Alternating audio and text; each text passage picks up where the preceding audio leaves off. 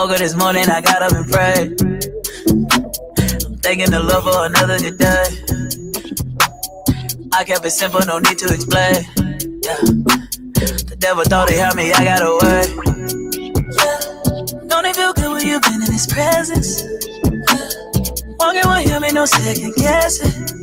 Yeah. Some call it luck, but I call it a blessing. Yeah. He give me peace, ain't no need to be stressing. He never gave up on me. His promises he'll always keep. He paid the price just for me, yeah. Gave him my all, now I'm free. Woke up this morning, I got up and prayed. Thanking the Lord for another good day. I kept it simple, no need to explain.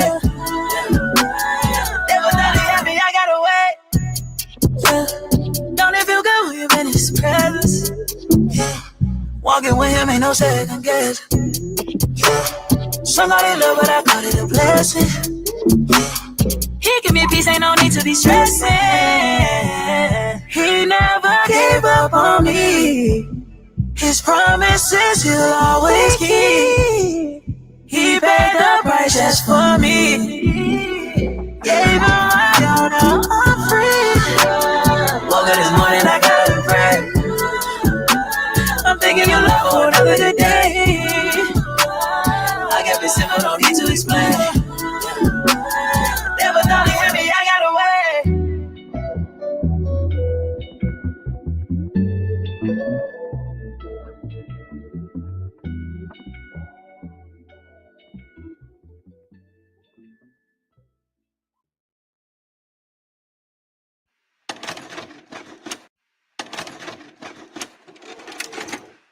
You know, these songs get written in like 10, 20 minutes. It's gotta be the Spirit. There's no way I'm doing that. There's no way flesh and blood is doing this. Had the feeling Take no that you're credit. that close Gotta be the to Lord. losing Time. your mind. Yeah, everybody talking about lists. I hear 100 tracks saying he still ain't missed. That could have Sparrow that. Sparrow this. Sparrow them. Baby. Sparrow this. Everybody talking about lists. I hear 100 tracks saying he still ain't missed. I could have Sparrow them. Sparrow them. Sparrow them. Baby. Sparrow them. Sparrow them. Baby. Sparrow them. How can I miss? They call me Mr. I'm rocking like this. Feeling like Stephen reside on my wrist. When my pin hit the pedal, you hear it's a swish. Yeah, that is the root. I'm rapping like I should be back in the zoo. Walk in the moon every time I come through. I'm a king to a prince, boy, you better than who? I'm swinging my soul like I'm coating it. All of my enemy, low-key, I wrote that. I'm on top of the float like I'm broke, man. He wash my garments, I'm whiter than snow, man. When I'm shooting, I'm up in the scope, man. All of them midi, I call them the Rosen. I just do it for 12 and the chosen. I'm in the spirit, I'm flying and coasting. I'm ripping and stripping and killing them, all of my demons away. Still I'm running with a K, but now it's a JV. It's something like back in the day. Different water that I give them, and still want a weapon, but this one is gonna get them safe. Get you high than the ceiling, there's no better feeling than knowing that I'm gonna fade. Go feed America, cause it's almost over, bro, don't get ahead of us. I pray that he let us up, cause I got the fruit of the spirit, and I got my lettuce up. Chef in the kitchen, he's chefing up. I ain't stepping on nothing, I never cut. All I know is your house, I coming like thief in the night, and I pray that he let us up. Yeah, everybody talking about lists. I hear 100 tracks saying he still ain't missed. I could have Sparrow that. Sparrow this. Sparrow them. Baby. Sparrow this. Baby. Sparrow this. Baby. Sparrow this. Everybody talking about lists. I hear 100 tracks saying he still ain't missed. I could have Sparrow them. Sparrow them. Sparrow them. Baby. Sparrow them. Sparrow them. Baby. Sparrow them. Pray the most high to sparrow them. Mashiach, my hero them. Spirit warfare, I'm killing them. Slice demons, I kimbo them. Baby, get real on them. Play Tetris, I spin on them. Even spirits go win on them. Bow headshots, I pillow them. I repent.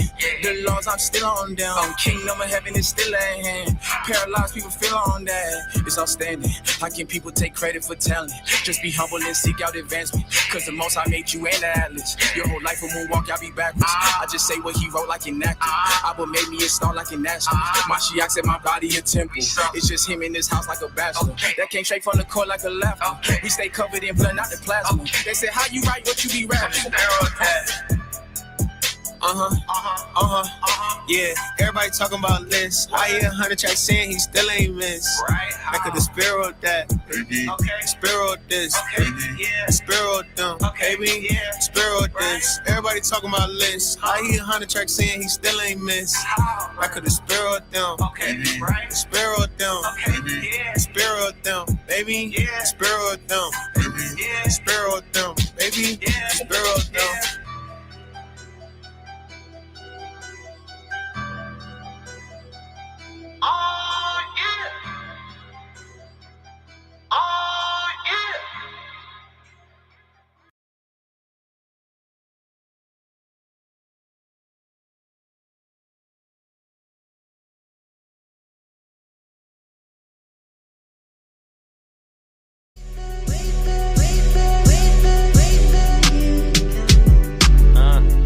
I came to the conclusion. Alright, man, what you think? Talk to me. It's nothing we can fix in this world. Yo, it's clear if you read this Bible, man.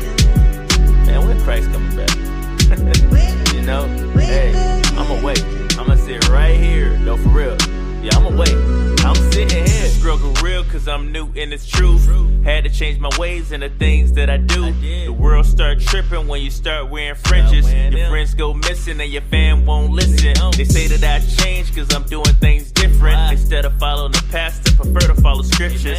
Tired of being attentive to opinions. If you insert into the word, you are sinning. Telling me how this world works with no chapter or verse. I done did bad, I ain't trying to do worse. But sir, you can do whatever you like. I prefer to follow these books and wait on Christ. And it's a battle each day. Gotta read his word and do what it say. Make sure I don't sin. Matthew 24:13 and do it to the end. I pray that my family's great. Be in one accord with his word one day. Until you come back to this place, I'm gonna spread your word and do it and wait. Do it and wait. Do it and wait. Do it and wait. Do it and wait. Do it and wait. Do it and wait. Do it and wait. Do it and wait. Do it and wait. Yeah. And I ain't doing things my way. I'ma wait like a line on Black Friday. Or like a cashier when it's closing time. Or like the last day in the voting line. Technology's so advanced, but we so behind. Closed off to people with an open mind. I can read red letter and they say I'm lying. I know it's bad, but at times I get tired of trying. I be trying to force them to see. In reality, just the past year, they was me. But the best way to help them understand it, seeing my actions, following these commandments. It's a battle each day. Gotta read his word and do what it say. Make sure I don't sin. Matthew 24:13 and do it to the end. I pray that my family's great. Be in one accord with his word one day. Until you come back to this place, I'm gonna spread your word and do it and wait. Do it and wait. Do it and wait. Do it and wait. Do it and wait. Do it and wait. Do it and wait. Do it and wait. Do it and wait. Do it and wait.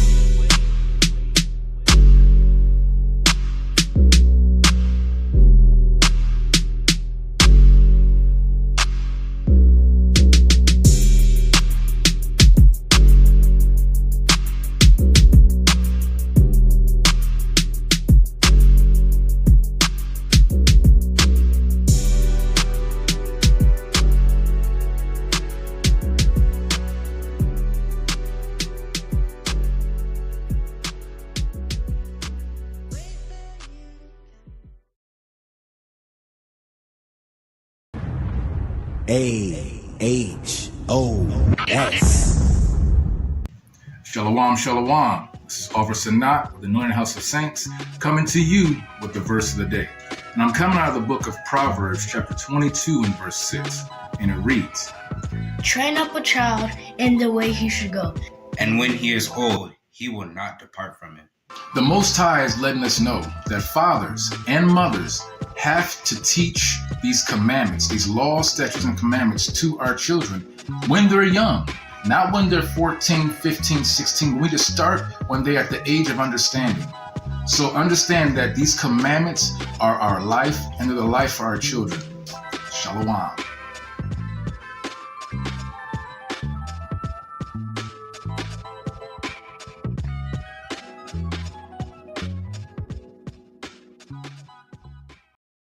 The Most High, this Captain Anointed House of Saints. This is your Bible verse of the day. And this is the book of Exodus chapter 6 and verse 9. And Moses spake unto the children of Israel, but they hearkened not unto Moses for anguish of spirit and for cruel bondage. Man, hey, a lot of the times we got to be patient with our people. We be at camp fighting demons, fighting spirits. We just got to understand our people ain't trying to hear it, man, because they anguish of spirit and cruel bondage. In this captivity, they did the same thing to Moses. But at the end of the day, man, we're going to teach in season and out of season, and we're going to continue to call the people back to the feast, man. So all praise to the Most High. Shalom. AHOS.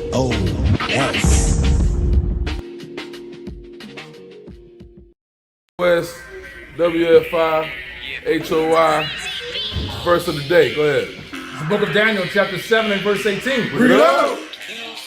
But the saints of the Most High shall take the kingdom. Shall do what? Shall take the kingdom. Do what? Shall take the kingdom. Shall do what? Shall take the kingdom. Read on. And possess the kingdom forever, even forever and ever. By Super Mashiach Yahushua.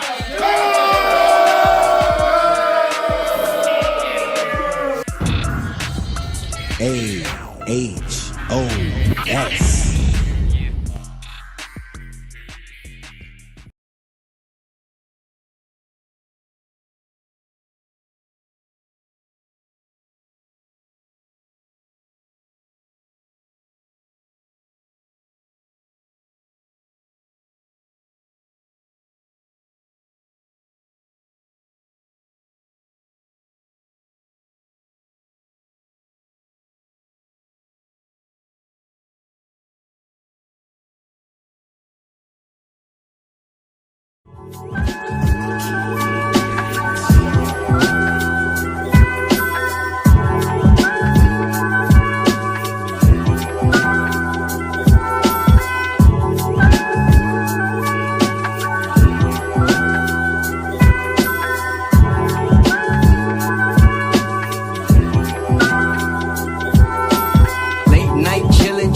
Out in my ride, so much on my mind, just trying to catch a vibe. Thinking about my people, it seems they all blind. They thinking they know the truth, but no, not up to 12. Try. Some say we a nation that's built up on tribulation.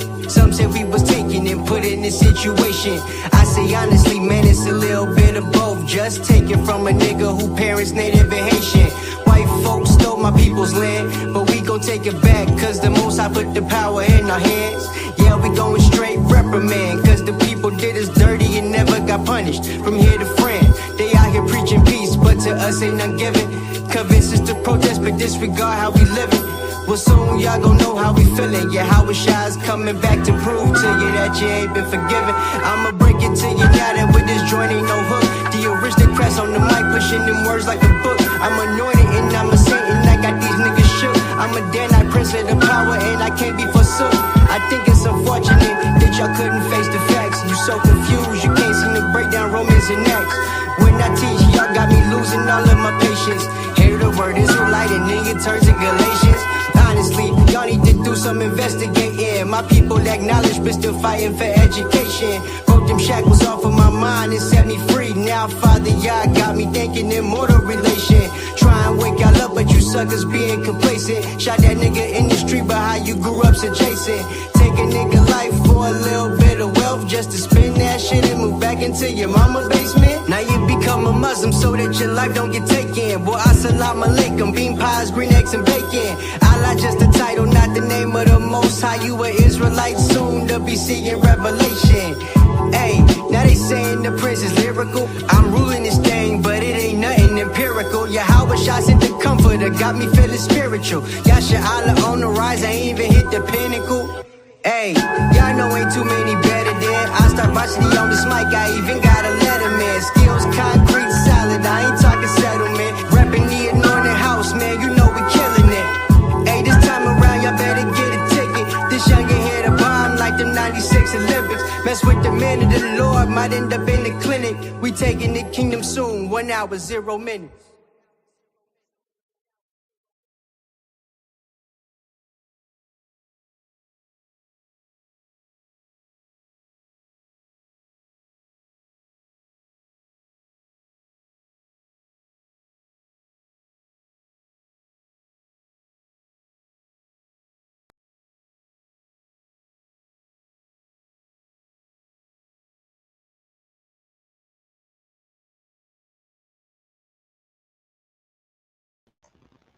Hey, shalom, everybody, shalom. Welcome back to another Milk Mondays.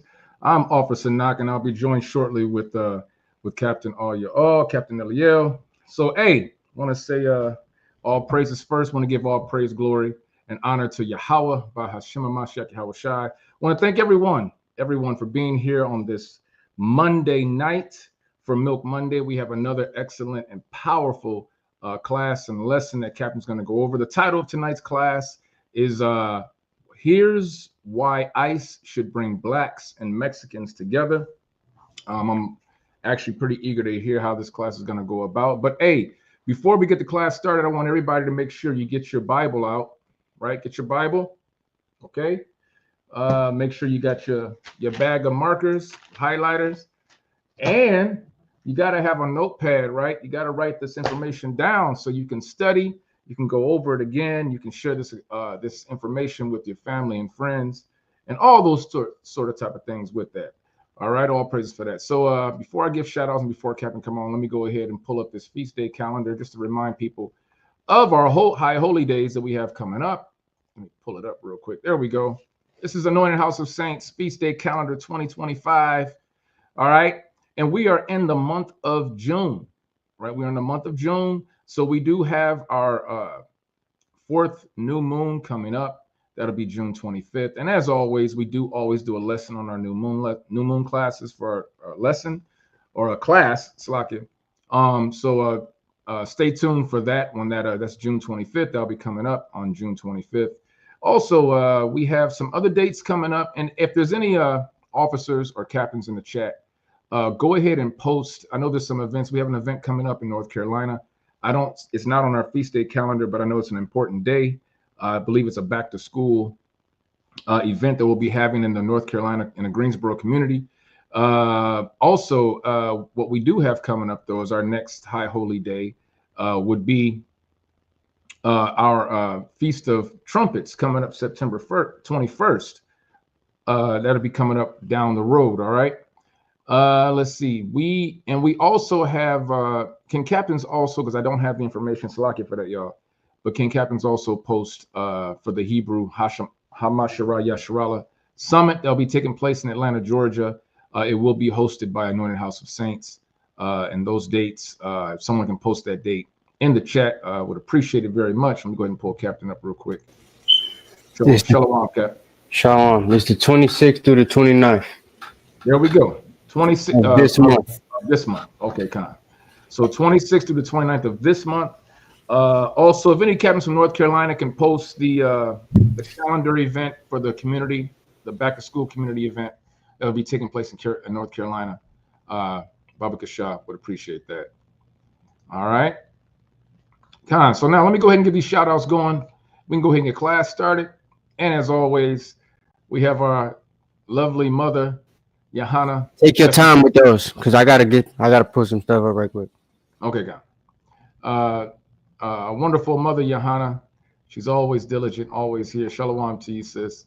Shalom to the lovely Sister Rose. Shalom to the lovely Sister Charlia. Shalom to you. Shalom to the lovely Sister Asadnaya. Sabah. Shalom to you, sis. Shalom to the lovely Sister Charlicia. Shalom. Also to the lovely Sister Yavanya. Shalom to you, sis. Good to see you as always. Let's see who else we got. We got Brother Chris. Shalom, Chris. How you doing, brother? Good to see you. Lovely Sister Baleen Christella. Shalom to Brother Masharath. Shalom to you, brother. Shalom to the good brother, to the senior, Mr. Eric Latham. Shalom to Keziah's help. Shalom, sis. Sister Yahaziel. Shalom to Sister 2112. Shalom to you, sis. Also, shalom to Sister Anariah.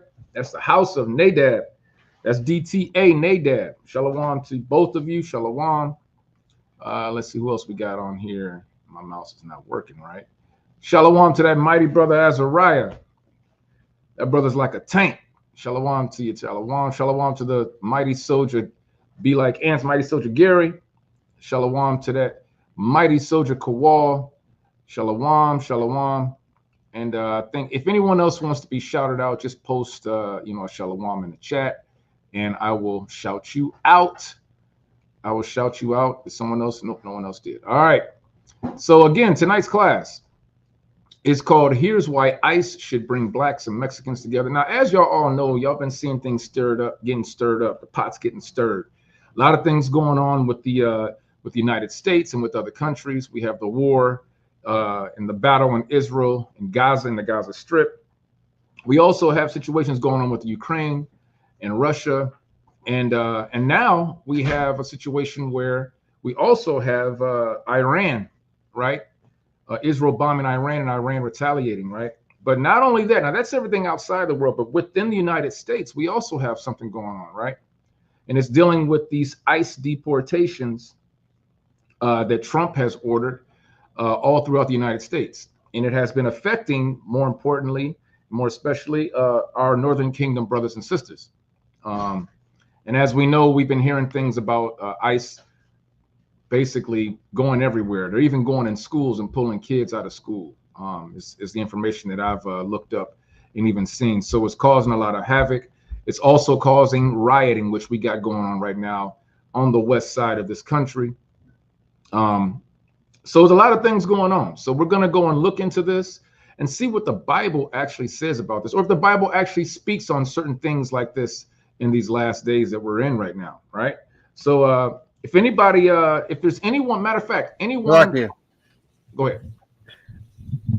Only thing I'm really going to be talking about in reference to the Bible is us needing to gather together. I'm not going into any end time prophecy as far as that's concerned with this lesson. I just want to talk about my opinion on this stuff, basically, is what this is going to be today. So, but not really going to be too biblical. I'm not going to be, I'm going to be straight up honest with you guys, right? I'm going to bring out 3 to 4 scriptures. That's it this time. So 3 to 4 scriptures. So, right. Everything else is going to be history, because I'm bringing history out on this thing, and my opinion after that. So, but keep talking for about 2 more minutes, because I mean, you could give your opinion or whatever, because it ain't gonna be too biblical. I'm telling you that now. This is gonna be straight from the heart, because there's things I've been seeing that have led. I'm realizing why it's been hard for us to gather together. Right? I ain't never realized it because I'm Northern Kingdom, so I ain't never had a problem with Hispanics before. Shit, you know what I'm saying? But now that stuff like this is happening, I see why other black people aren't coming together with them, or why, specifically Mexicans, which is why they're in the title, right? Because when you talk to black folk, they cool with Puerto Ricans usually, they think they are people. They cool with Dominicans, even though they think they're racist, they think they are people. When it comes to, and not to be funny, but black people, the only 3 Hispanics that they recognize is Mexicans, Puerto Ricans, and Dominicans. That's just the way it is. The rest of y'all get thrown under y'all just thrown in there. That's how they do it, right? If you think I'm lying, ask Knock. Yeah, I mean that is true, and that is a problem.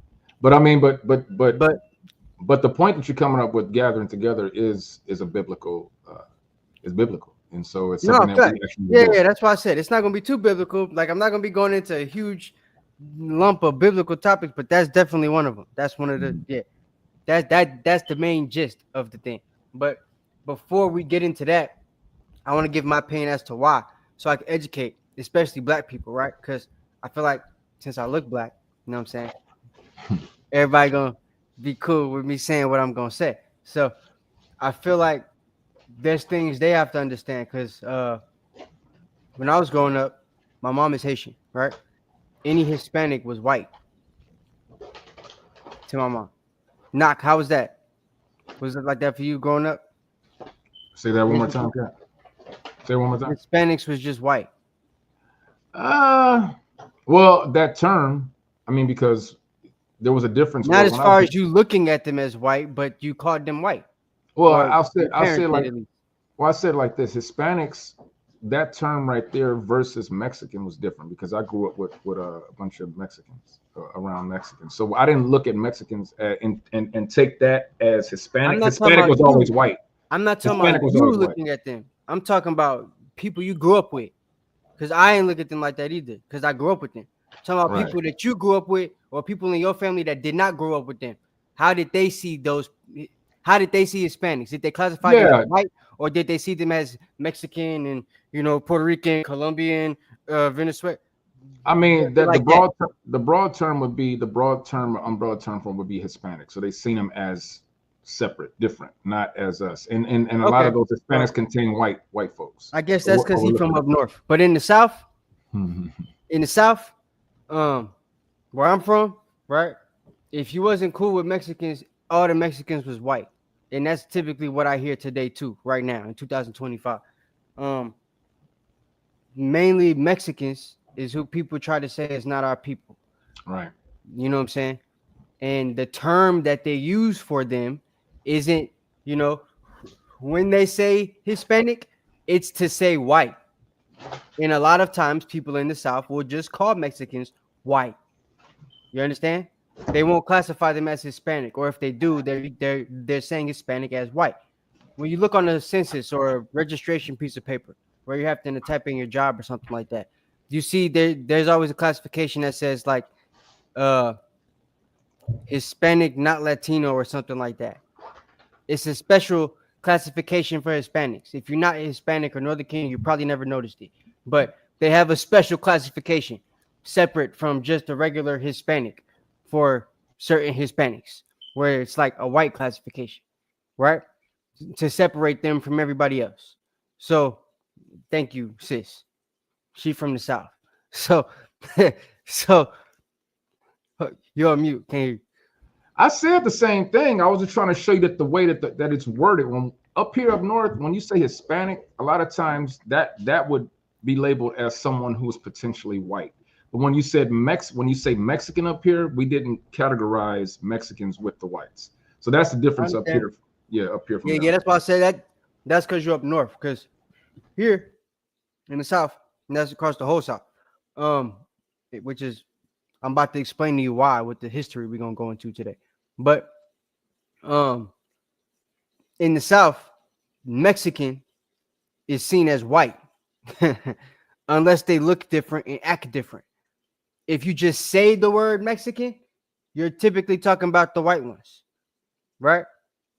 That's just the way it is, whether they are or not.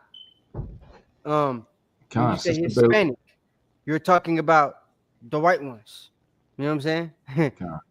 Typically, when we are talking about brothers, we know brothers that hang out with us, we call them what we call niggas. Niggas. Right? That's my nigga. You know what I'm saying? That's my Mexican. So we wouldn't, where I'm from, we don't even call them Mexican. They niggas. You understand? So that's what I'm saying.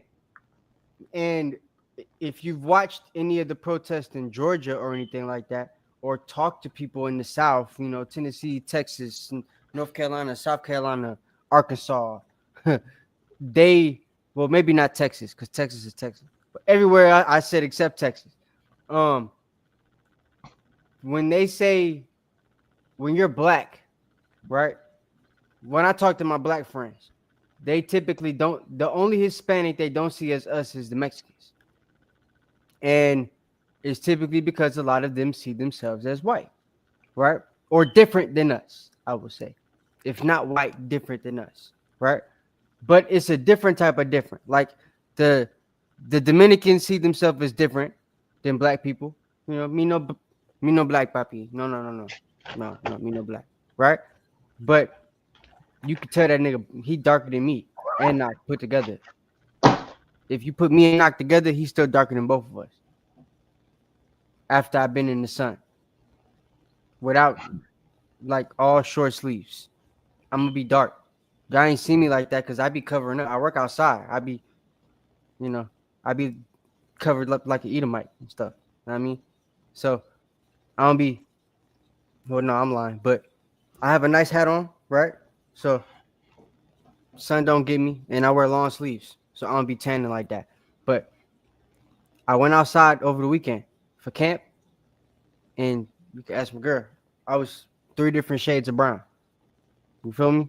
So, like, I could get dark, and there's Dominicans that are darker than me and Knock put together, but they'll claim they're not black, right?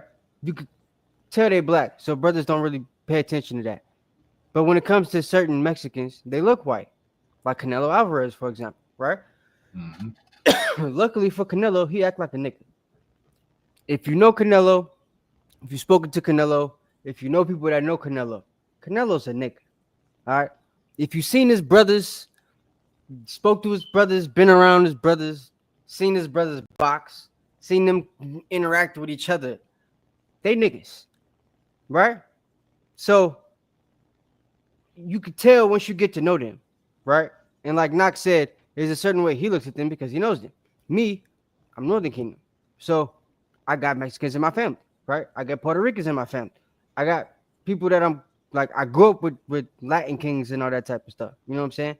So I'm cool with them. I see them for what they are. But the vast majority of the black people, at least I know, typically always see them as different. And when they talk to them, they see themselves as different. So, yeah, typically it was always Mexicans and blacks.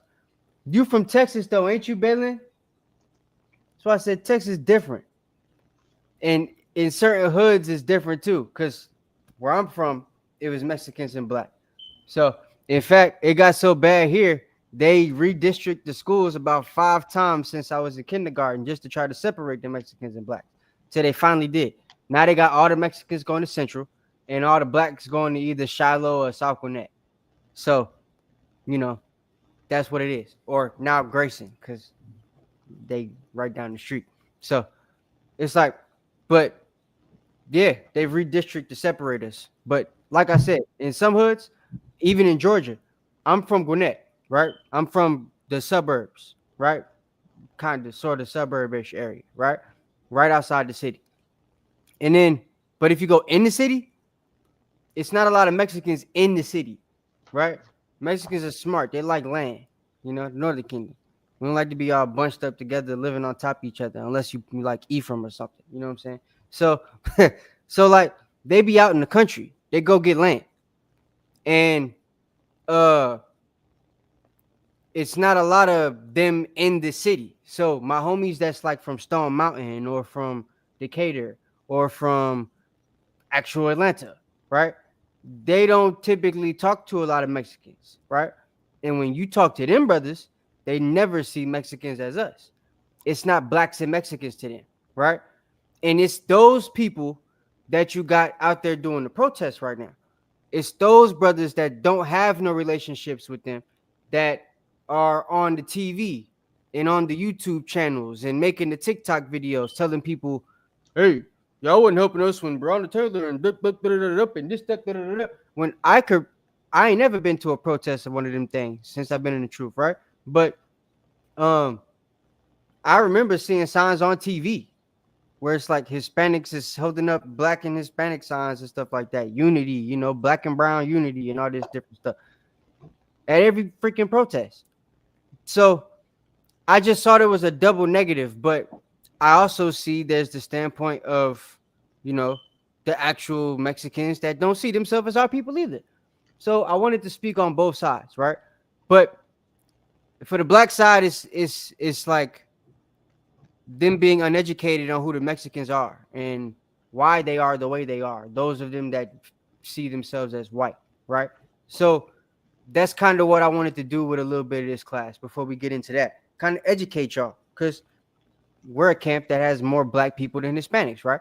The people that watch us is going to be more black people than Hispanic. So I wanted to educate you guys, so maybe I can educate y'all people on why they are the way that they are, those of them that are like that, right?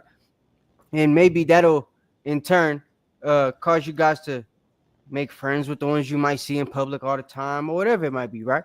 Just so we could be more brotherly with our brothers and sisters, right? Sisterly with our sisters, to bring us closer together, right? But a lot of that comes with understanding the other side. And I've realized, me being somebody on both sides, right? The black people don't really get to understanding the other side too much unless they got friends that make them have to understand it because they got to be friends with them.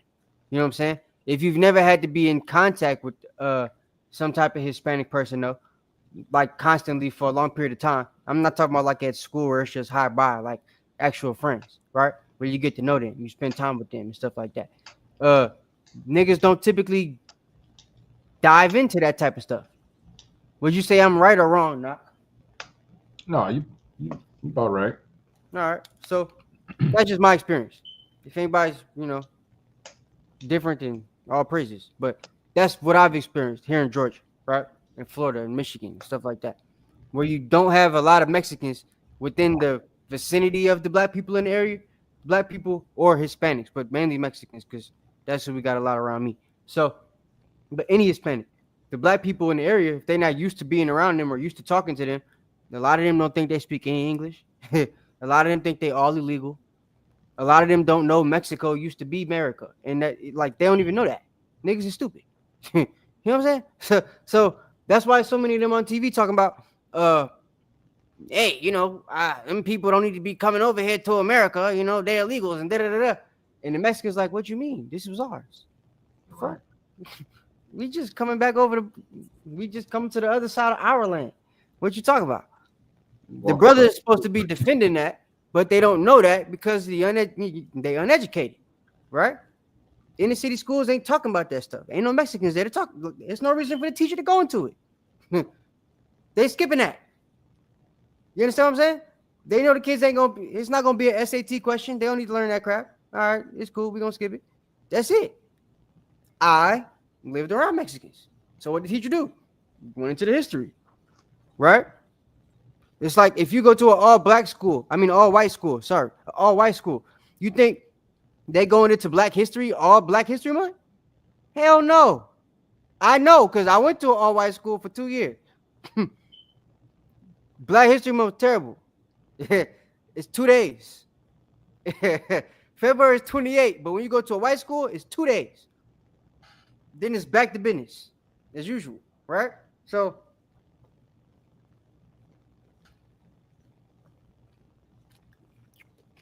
I know for a fact that in the inner city schools in Georgia, they're not teaching those people, right? And that's probably the case for a lot of other places too. So kind of wanted to go into it. Now, unfortunately, the AI overview is not showing me everything I want to show. So if you would not play the clips first, because I want to play. Do you got them clips put up? I didn't pull them up, Cap. My bad. Oh, word. Let me see if I can. Well, if you could put them, you couldn't pull them up? I can get them though. I bet. So while he's pulling that up, I'm gonna keep running my mouth so I can try to find these joints. But I got some history, right? As far as treaties, because it's unknown knowledge that, for any of the sisters that are in the chat, Balin, Devor, or even Zebulon, if he in there, or any other brother that speaks Spanish, for that matter. If y'all can tell me what the phrase is for better the race, right? Or for the betterment of the race that they say a lot, right? I wanted to kind of explain it because there's a treaty, right, that came to play after the war of, the Mexican-American War in 1848, the Treaty of Guadalupe Hidalgo, right? And I've come to realize 90% of black people in America don't even know what the hell this is. So because they don't know what it is, they don't know what happened during this thing, and they don't know why Mexicans want to be white. But this treaty literally tells you exactly why. Because for a time period, they had to want to be white in order just to come back to America, right? After it was seceded. So, and then it's like once the whole slavery thing was over, right? Because this is 1848, so slavery is still going on at this time. When slavery is over, there's still the sharecropping thing. And in America, we only get taught about black sharecroppers, but there were Hispanic, mainly Mexican sharecroppers too, right? So, and of course, Puerto Rican ones as well that were in America and stuff like that. So, but there were Hispanic sharecroppers as well, right? So there was a time where blacks and Hispanics didn't have a good life here. And like I said, the black people at least could stay in the land, though they weren't citizens, right? But the Hispanics, mainly the Mexicans, right, after this treaty of Guadalupe Hidalgo, they were no longer allowed to be, they couldn't be citizens if they were Mexican. You had to pick a side, basically. It was called the choice of citizenship, which was basically a choice of race, right? Where you either chose Mexican and you could claim your Mexican heritage, but you can't be a citizen of America. Or you could claim white. How about that? The problem was those that claimed white, after they claimed white, thinking they would become citizens, once they came to America, if they didn't look white, then, they never got their citizenship. So you have the parents of these people who taught them, grow up, marry a white person. It's to better the race, right? Again, if somebody could put that Spanish phrase in the chat if it ain't there already. Let me see. I don't see it. I need somebody to put that in there. What phrase you talking about? I need Spanish for better the race. Oh. Put it in the chat, if you will, somebody. But better the race. It comes from that, right? The Treaty of Guadalupe Hidalgo. So I'll explain that after we get into this. Go ahead and play that. God. We have Sheriff Mark Daniels of Cochise County, Arizona, and former ICE Chief of Staff Jason Hauser. I really appreciate both of your perspectives and on this conversation. Jason, I want to start with you. We were just hearing from News Nation's Jorge Ventura telling us about the Trump administration scaling back arrests on farms, in hotels, and restaurants. What are your thoughts and why now? Thank you for having me. I mean, if the reporting is accurate, it's clearly a very large pivot very quickly on the short period of time that the administration has been in the White House. It definitely ends in La Raza, but it's something else. I don't speak Spanish. But if that's it, okay, mejorar La Raza. All right, well, hey, there it is. But that is what they use to try to, quote unquote, whiten the community, right? And it's through, it's basically because of this treaty. It's PTSD from being lied to, right? Getting your land stripped from you through a secession in a treaty that had nothing to do with you. It was just the people in power, right? And all the regular people that just had land or property or whatever that wanted to keep their stuff had to pick a side.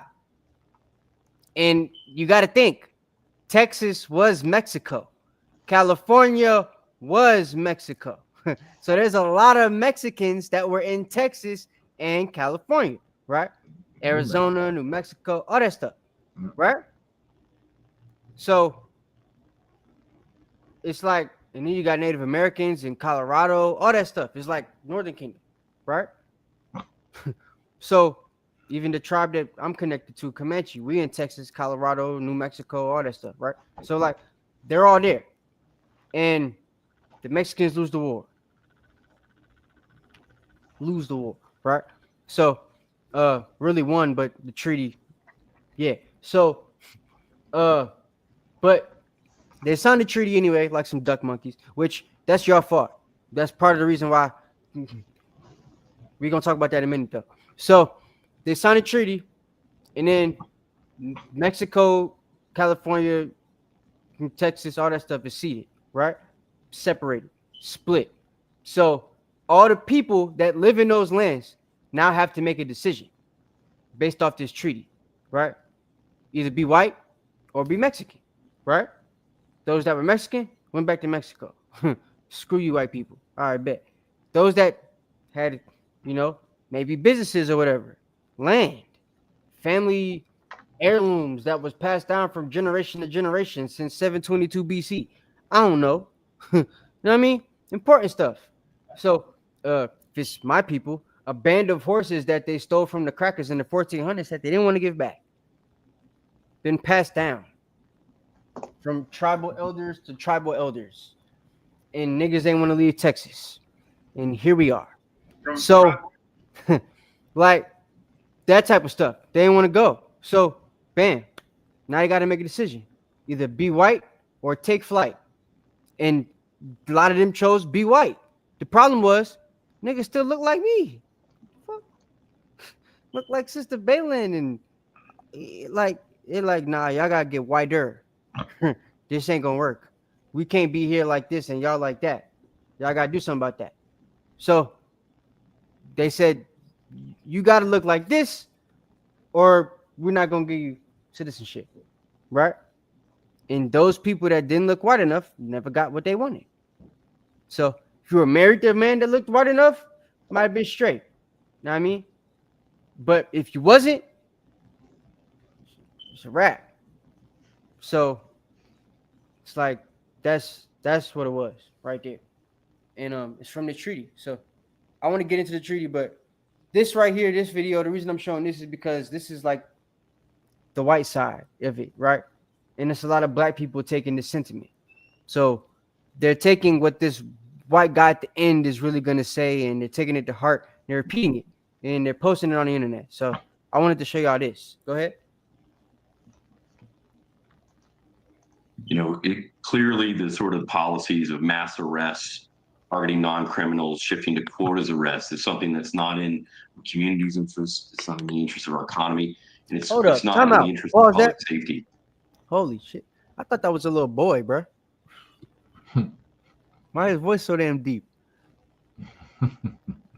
I'm sorry. I just wasn't expecting that. I thought it was a kid. Yeah, I was. I kind of looked at that too. Like, damn, he got. God damn. Is that AI? Right. Wow. Okay, my bad. Go ahead. Sheesh.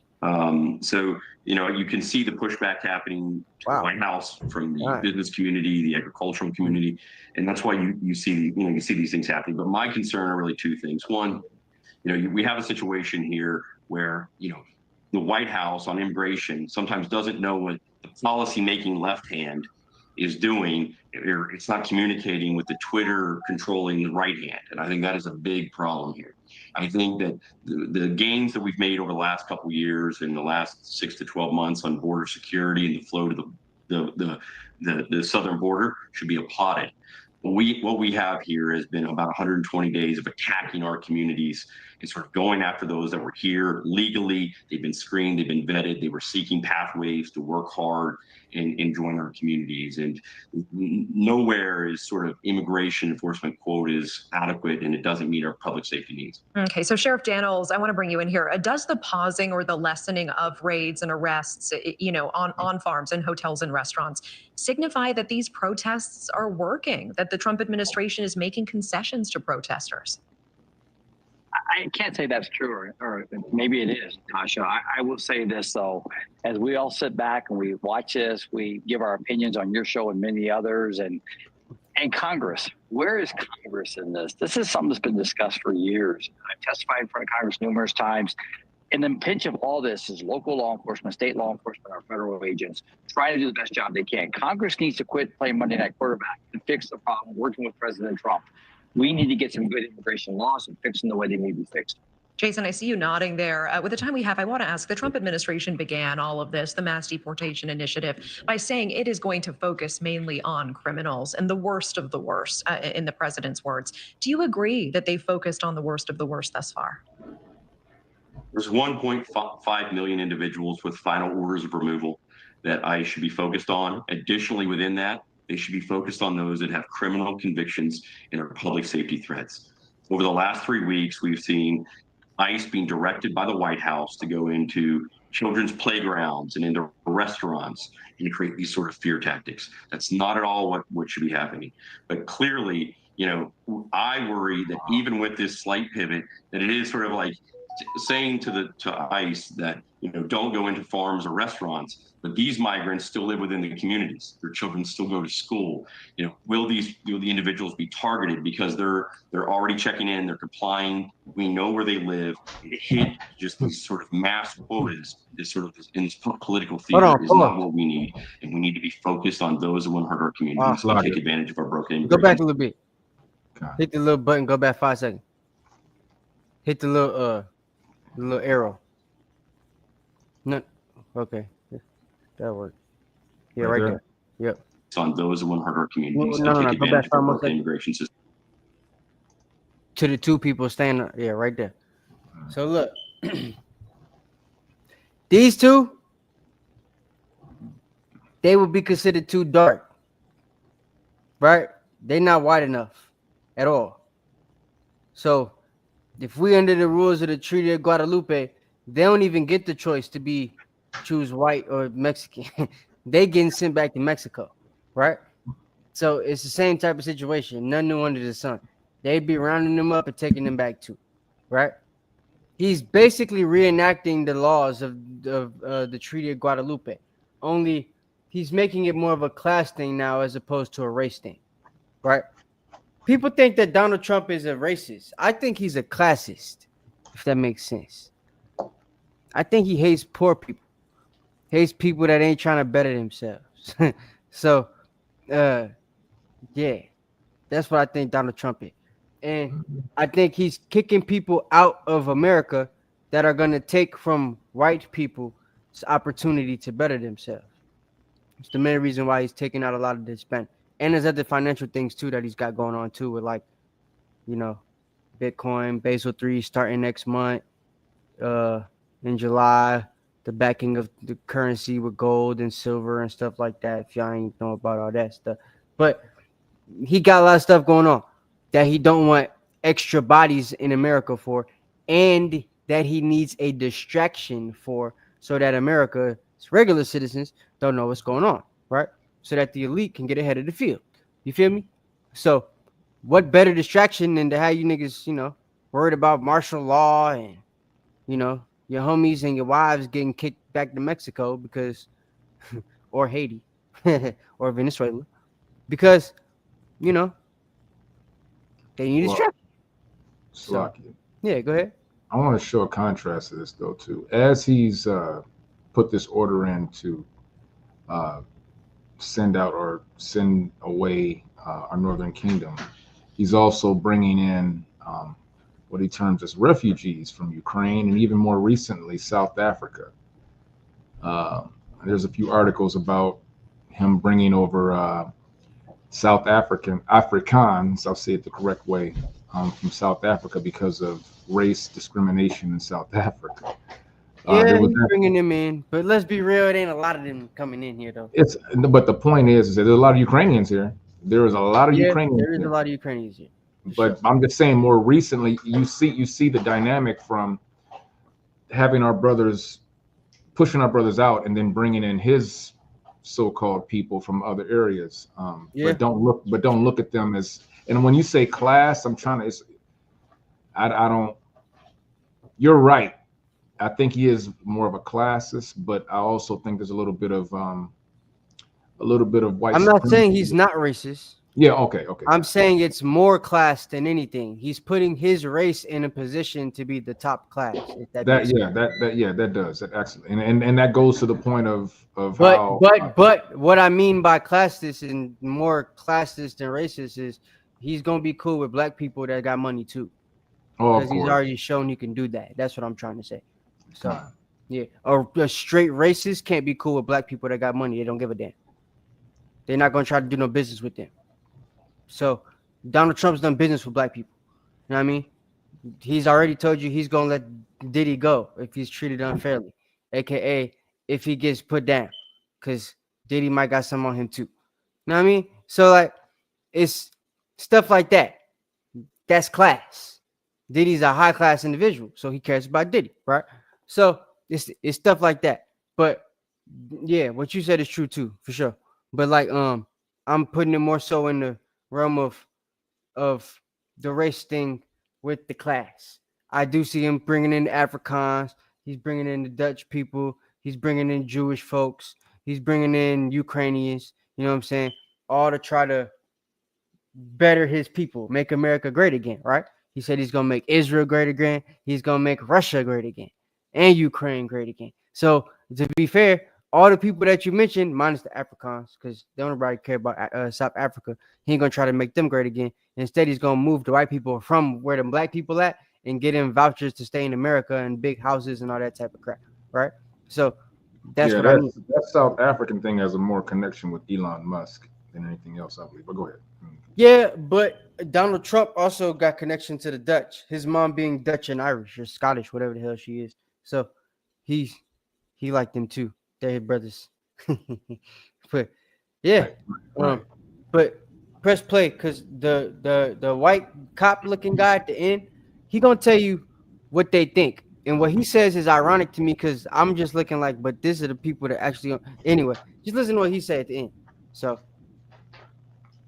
We need to be focused on those that want to hurt our communities and take advantage of our broken immigration system, as the sheriff said. Sheriff Daniels, I want to get your take and give you the floor here as we're wrapping up, and also just ask you, News Nation has been tracking the anti-ICE protests in communities all across the country. I'm curious, how would you characterize your community's stance on the ongoing ICE raids? What are people telling you? Well, we went through 4 years of one of the worst times on our border. When we opened them up on the previous administration, we had record numbers coming across. So to see some relief coming from the White House is positive for this community because we don't need to go back where we were. At the end of the day, we had protests yesterday, but they're very peaceful, no significant events. What we see in the urban communities where the problem begins. Those mayors, those state governors, the White House, Congress, and your sheriffs and other elected officials need to come together, take the politics out of it, put America first. Sheriff Mark Daniels of Cochise County, Arizona, and former ICE Chief of Staff Jason Hauser. So he's telling you put America first by kicking out these people who actually own America and, bring in everybody else or whatever the hell that's white, but keep the other people out no matter what because they're taking opportunities away from Americans and they're stealing our jobs and they're killing our children and all different type of crazy stuff. So it's like, that's what they want you to do, right? Worry about that. So no, it's crazy. I don't think we need to do that. But what's that other video? Yeah, chains too. They put them in chains. They lock them up, put them on a bus, and drive them. You ever been to Florida and been on a jitney before? Anybody ever been on the jitney in Florida? That's what it's like. They put them all on the jitney bus, right? And yeah, with chains on. And it's the little short bus that pick up the Haitians and drive them around. Sometimes Hispanics get on the bus too. If you from an island and you live in Florida, you know what the jitney bus is. You know what I mean? It's the cheap bus. The bus you don't really need no coins for. You just where it stopped and you get on that joint and then you hop off wherever you gotta hop off at. So that's the jitney bus. But they put him on a jitney bus with an ICE guy driving it, all locked up with chains and stuff, and they drive them all the way to Mexico and drop them off. If they're too far, then they detain them first for however long it's going to take for them to get a jitney bus over there, and then they drop them on the long haul. So that's what they've been doing. Play this video for like the first 4 minutes. Make their message. Let's This listen is to the other side of the being cap. here. It's an honor for me to be joined by over 20 legislators. The reason I'm playing this, so she's gonna kind of tell you what I said a little bit, right? As far as the distraction thing, and of course she's not gonna tell you what the distraction is for. But you'll see the Democrats are talking a lot about that. They want people that watch them to know that there's some type of distraction happening, but they're not telling you what the distraction is for because they're in on it, of course, as well, right? But for politics' sake, they have to make it seem like it's something they don't know about. So for the people that they know in America that do know about it, they have to try to make it seem like they know about it, but they're not on the same side as the other side. So, they let you know that he's distracting you from something. Don't tell you what it is.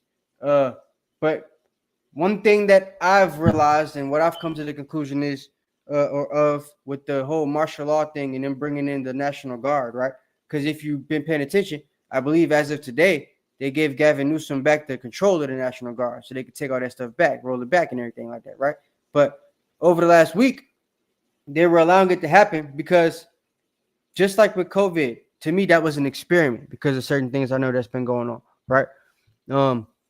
But I also think that this was an experiment, right?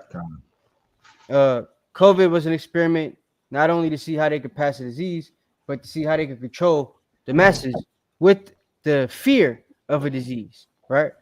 This was an experiment to see how they can control the masses with the fear of martial law, right? So let's throw the National Guard out there, cause a little havoc and unrest. You know what I mean? Everybody knows when people going crazy, if you throw something in the mix to make it more crazy, then you get chaos, right? That's like it's in the movies, it's taught in school, it's psychology, it's gonna happen. Whether you like it, understand it, believe it or not. And America knows psychology. So what did they do? Hostile situation, right? We got Trump in there. As soon as he's in, within the first 100 days, 66,000 Hispanics get deported. And then one day, boom, they just start the ICE raids, right? Why do the ICE raids start? Hold on. What the hell is this?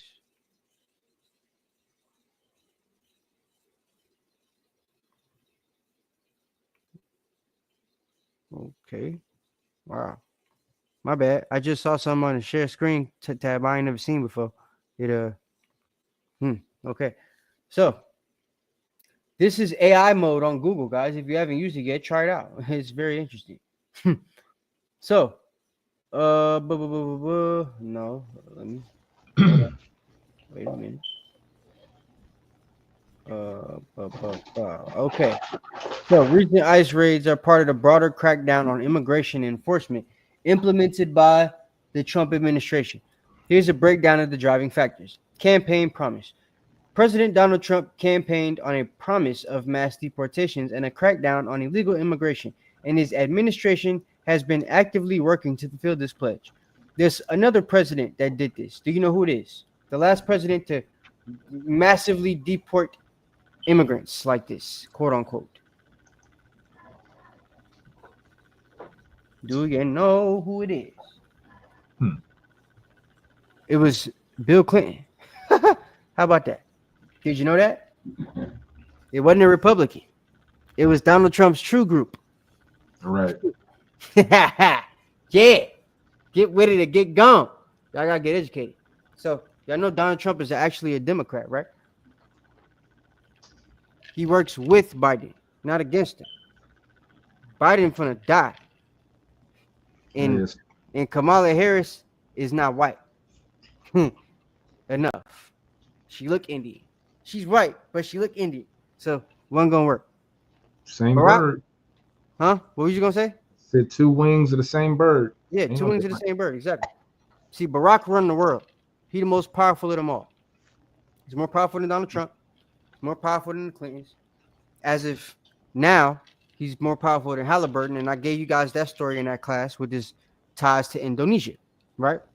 Being the richest man of Indonesia, right? So, and they got stuff going on where their currency is about to revalue and all that. Yeah. So, like,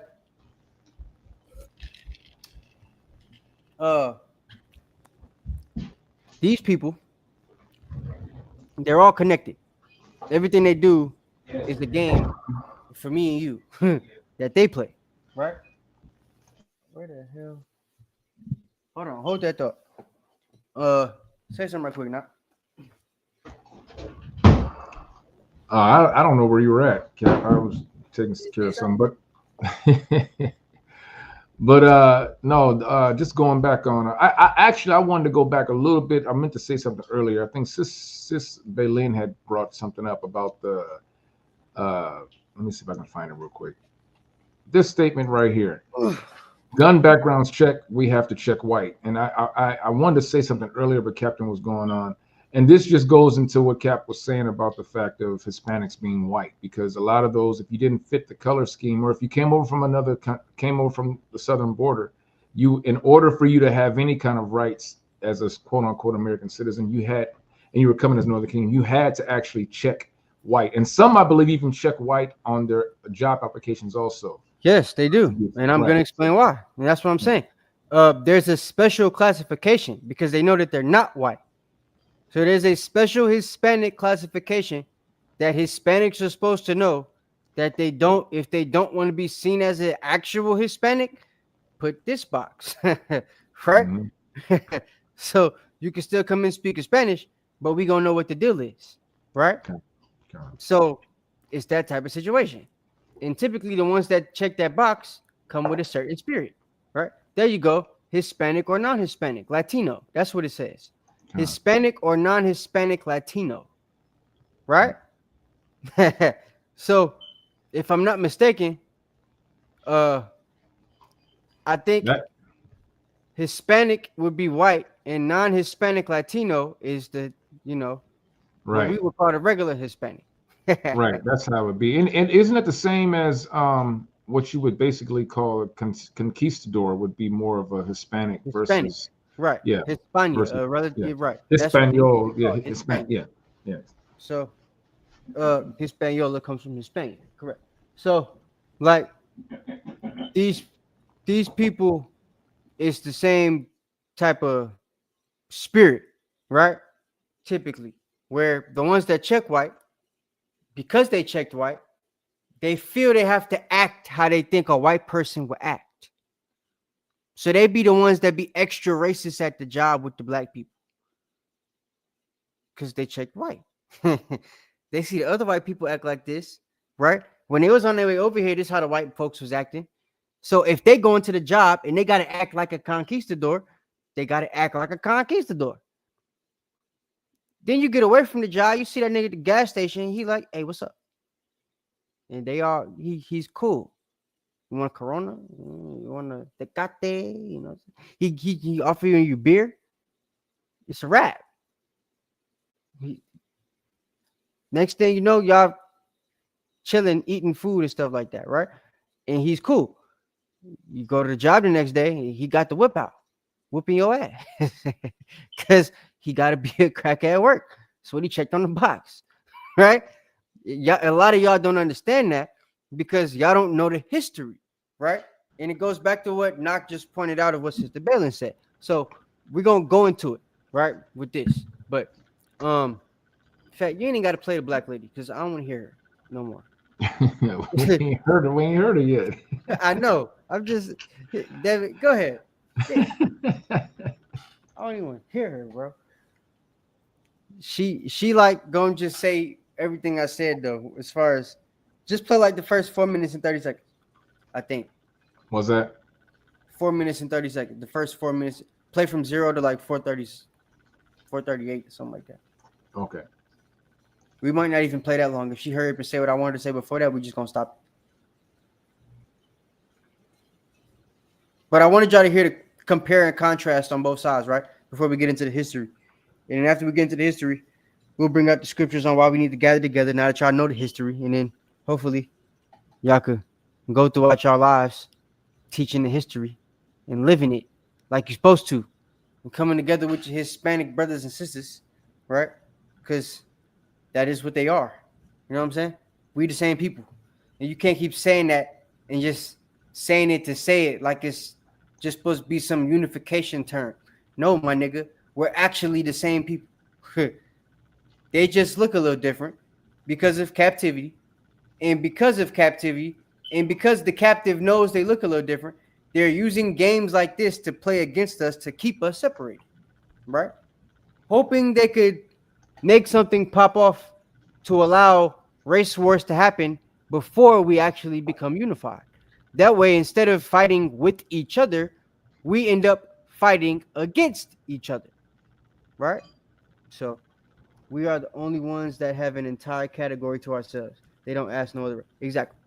So, and I said that for a reason. What you're about to see in this treaty of Guadalupe Hidalgo, it's for Mexico, but it qualifies once you come to America as a treaty for all Hispanics. You feel me? So it started with the Mexicans, but once you were a Spanish-speaking nigga that came from somewhere else, you automatically had to pick a side. If you were from Venezuela, either you're Venezuelan or you're white. If you were from Dominican Republic, either you're Dominican or you're white. If you're from Cuba, Cuba had it bad. Either you're Cuban or you're white. And then you see these people start to mimic this behavior back in their own country. Once they hear what it's like. Oh, hell, we got a better race. Huh? How'd you say it? Mejor? I don't remember how it's freaking spelled. The M word, la raza. Right? So, once that happens, it's a wrap. They start thinking they got a better race. They're having a bunch of girls. The girls is getting with white boys. Tom, Dick, Harry, Frank. They're having babies. The babies look white. And then they move to America. Or they've already moved to America. And the family's happy that they got white kids. The child that brings the black guy home, she's usually the one that's talked about the most behind the back. Because she's going backwards in their mind. She's not doing something to better the race. She's going to have a child that's going to have the same problems they have. They don't like that, right? Black people have become used to having the problems. So y'all look at anybody trying to escape the problems as a sellout, right? The black guy that gets rich and goes to the NFL and wants the Hispanic girl or the white girl, he's looked at as a sellout because black people have become, I'll just say like this. It make us strong as niggas. And I say us because my family's like this too. So it make us strong to be the black sheep, if you will, right? It make us feel good. It's like strength to be able to feed off of that, right? But Hispanics got it a little different because they haven't had an opportunity to feed off of that. They're in a situation where they literally have had to pick a side since they got freedom. Since the war ended, they've had to choose. Either you're your people or you're one of us. And if they choose to be one of them, they always get better opportunities. That's the catch, right? They show them if you're going to be a nigga, we're going to treat you like a nigga. Then you could be with them, right? But if you're going to be one of us, you get to be Marco Rubio, goddammit. You get to be what's the Cuban dude? Ted Cruz, right? You get to be them guys. So that's what they want to be. You feel me?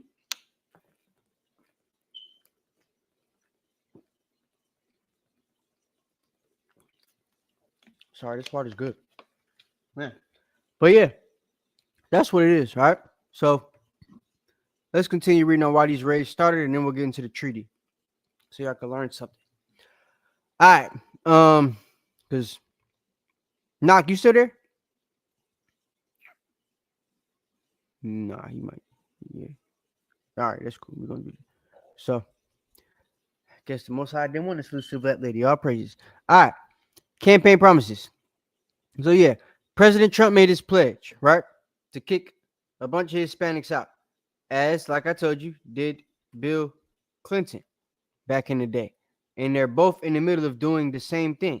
Donald Trump is in the middle of doing the same thing that Bill Clinton and, well, really Papa Bush did, but same time period of situation that happened as far as changing of global financial system, revaluing of different currencies, leveling of the playing field, financially, globally, right? If you know anything about what's going on now, they've made a, strategic Bitcoin reserve. They're going digital all around the world for, digital currency purposes to be able to give you them chips and stuff like that, right? By 2030, 2033, around that time. So that's what they're gearing for. In order for that to happen, everybody in the world has to be on the same system, right? A blockchain, which is why Bitcoin is now getting the, shine that it's getting. So Everything is connected. Same thing Bill Clinton was doing back in the day. Donald Trump is doing that, right? Just on the other side of the fence. So, yeah, nothing new under the sun. All right, expansion of enforcement. The administration has reserved previous administration's limits on ICE operations and expanded the pool of individuals at risk of being arrested and deported.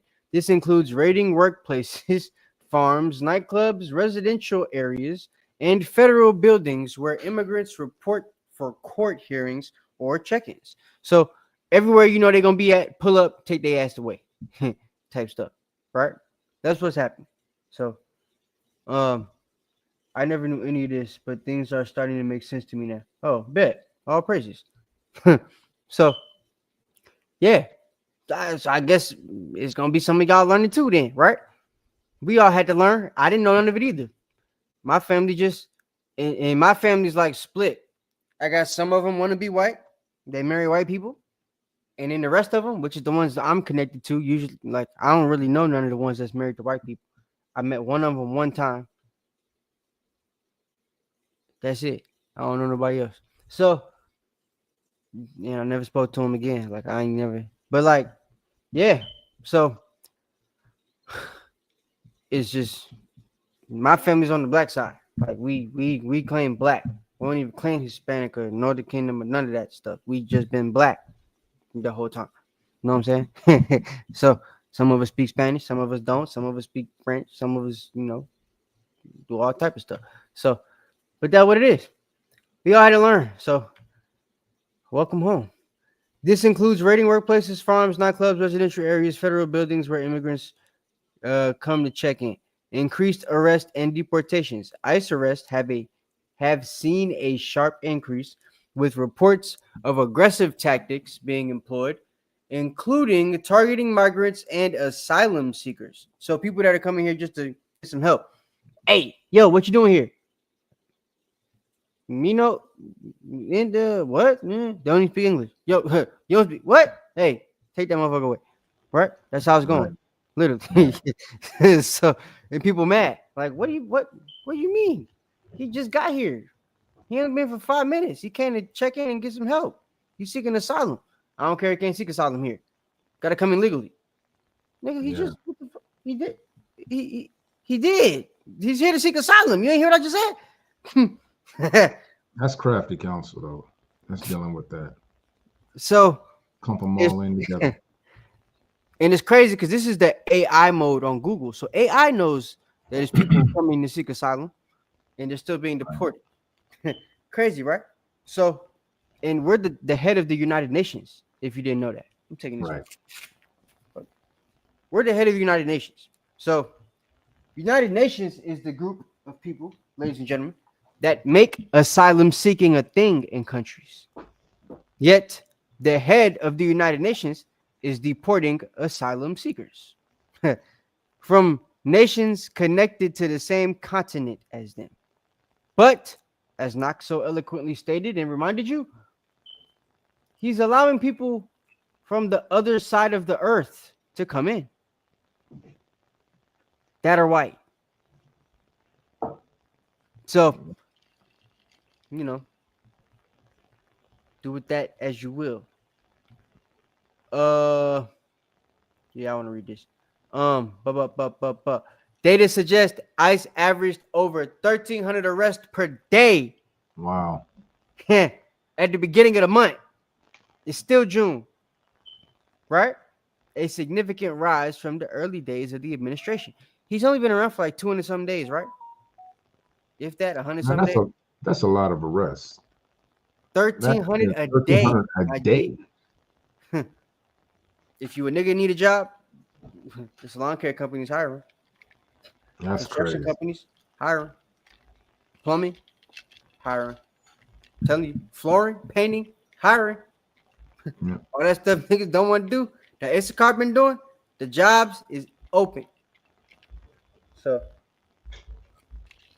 I'm just telling you. If you got a friend, tell him. So, but that's what they wanted, right? What they're trying to do is they're trying to give these jobs. See, Donald Trump is smart, but he's stupid too. He's helping y'all out. He's he's hurting Jake, but helping Jake. It's 12 tribes, right? He hurt one and helps another. Issachar is getting kicked out. But Donald Trump wants white people to take the jobs Issachar's doing. Ain't no cracker finna go outside and stand in this 95-degree sun in Georgia and it's humid.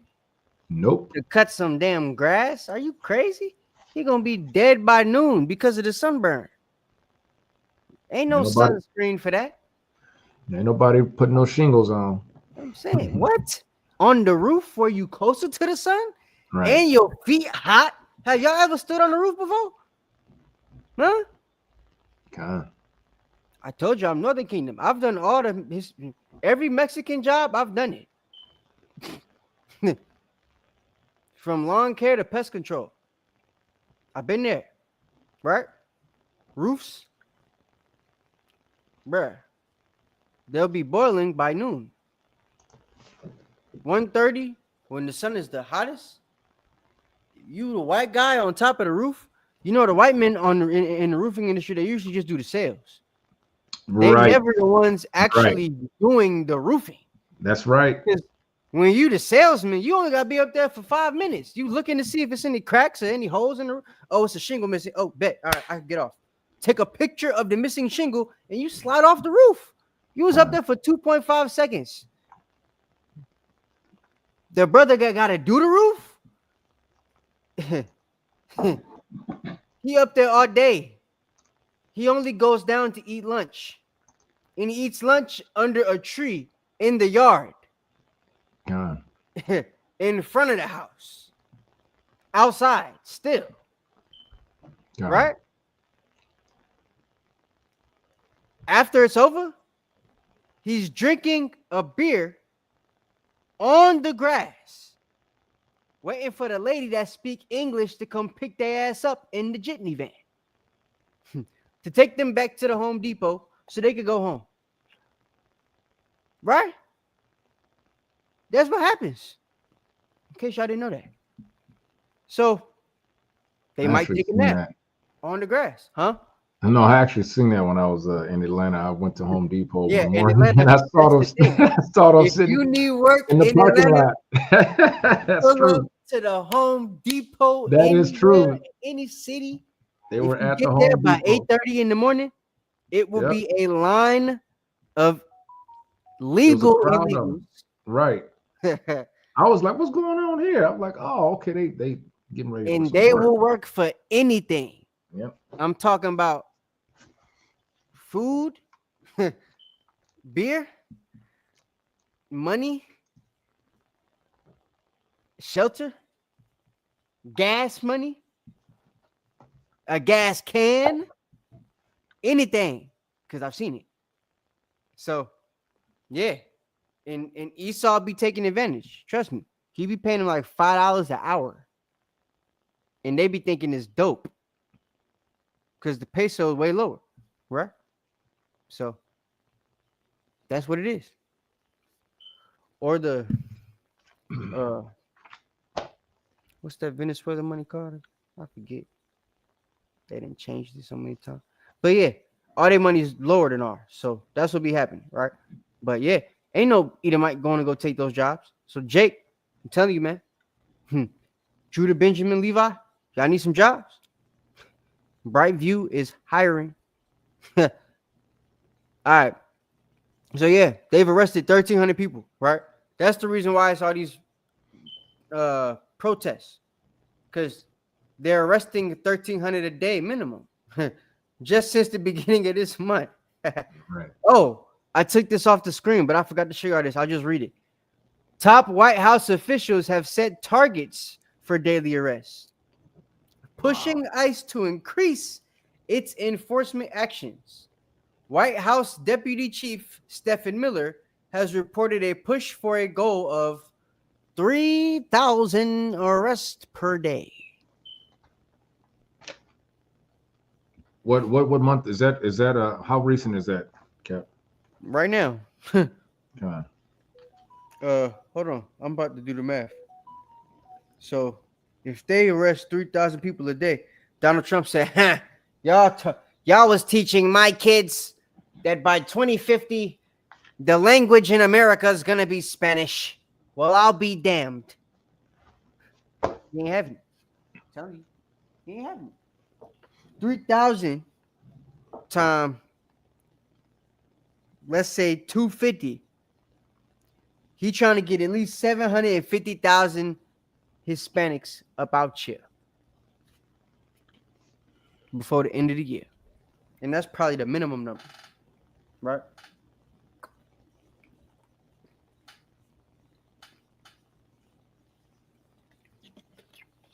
It's going to free up a lot of jobs. And take away a lot of employers' money, because you got to think, a lot of these companies, the reason they mad, they're paying these guys under the table. That's taxes they don't have to pay. You know, there's an employee tax. There's an employment tax. The companies got to pay taxes on the people that they pay money to, right? They have to report who they pay money to. And they don't have to report these Hispanics that they've been paying under the table, cash money, right? The construction contractor get a job.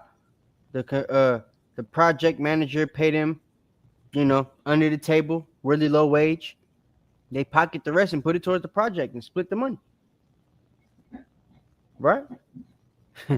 None of it gets reported. So, yeah. Yeah. Quick to celebrate Cinco de Mayo for sure. Just to make sure. They don't even want us talking. I'm sure. Uh-huh. All of that. See what I'm saying? So y'all are getting it. Y'all understanding what's going on. Let's get to this other treaty so y'all could go to bed. Me and not gonna get up out here early tonight. All right, before I read that one. So let's do a little bit of history right quick. Show you guys exactly why everybody wants to be white.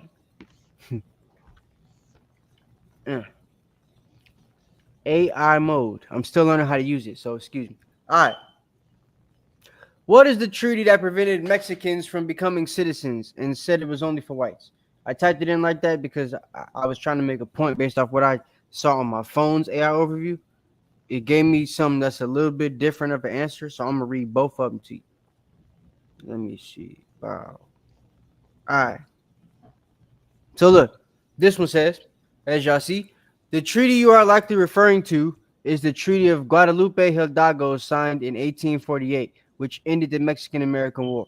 While the treaty itself didn't explicitly prohibit Mexicans from becoming citizens, it was signed during a period when the United States had a racist nationalization law in place, meaning you can only be a citizen if you're white, which it'll explain that. That's great. If it doesn't, the one on my phone does. So if you didn't understand what just happened, they signed the Treaty of Guadalupe in 1848. For those of you that don't realize the time period, slavery was abolished in 1865. Right. So 1848, we're still well within the rights of getting your back cracked. Pause. With the whip, that is. So now with the Diddy stuff. But which, you know, ended the Mexican-American War. So Guadalupe Hidalgo signed 1848, ends Mexican-American War, right? But they prohibit Mexicans from becoming, or didn't prohibit Mexicans from becoming citizens, meaning they didn't stop Mexicans from becoming citizens, meaning there's no law that says if you're Mexican, you can't be a citizen of America, because they just ceded the land to them. But there was a law already in place that unless you're white, you can't be a citizen of America. Because in 1848, we already had free blacks. You remember the Code Noir, right? The black codes, huh? Y'all remember? Remember the lessons we taught? Gotta go back and watch them lessons if you forgot. If you didn't watch them, go back and watch them. So, black codes, niggas is already free, especially in Louisiana and going out west. So, if we're in what is now California, right? Guadalupe Hidalgo, then what happens? Hey, all them people that are spreading out through that land, they become aware of this treaty. So now you're going to have to make a choice. right? Here's a closer look. Treaty provisions. The Treaty of Guadalupe Hidalgo promised to grant U.S. citizenship to Mexicans living in the territories ceded to the United States if they chose to remain. Meaning, if you choose to stay, we'll grant you citizenship, right? Because America's smart. If you got businesses, yeah, we want you to keep your businesses here so that eventually we can take them from you. But while they're cash flowing, keep them here. Don't lose any of your clients. We're going to need those when we take it from you. So do you want to stay? Huh? That's how it goes. Right? And then you stay. Shalom, King. How about you? Shabbat Nazar in the building. But yeah, so brother in a minute. How you doing, Nazar? I haven't seen him in a minute. Shalom. Con. He been in the shadows, but he lurking. So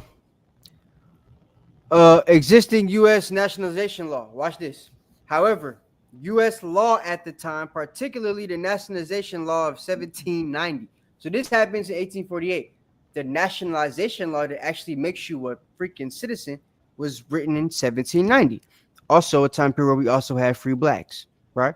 So they're trying to make sure the free blacks don't become citizens, right? So they make a law. Only free whites can become citizens. Why did they have to put free whites? Because there was also indentured whites at this time as well, if you know about the Irish people. Yes, it's a thing. It was real.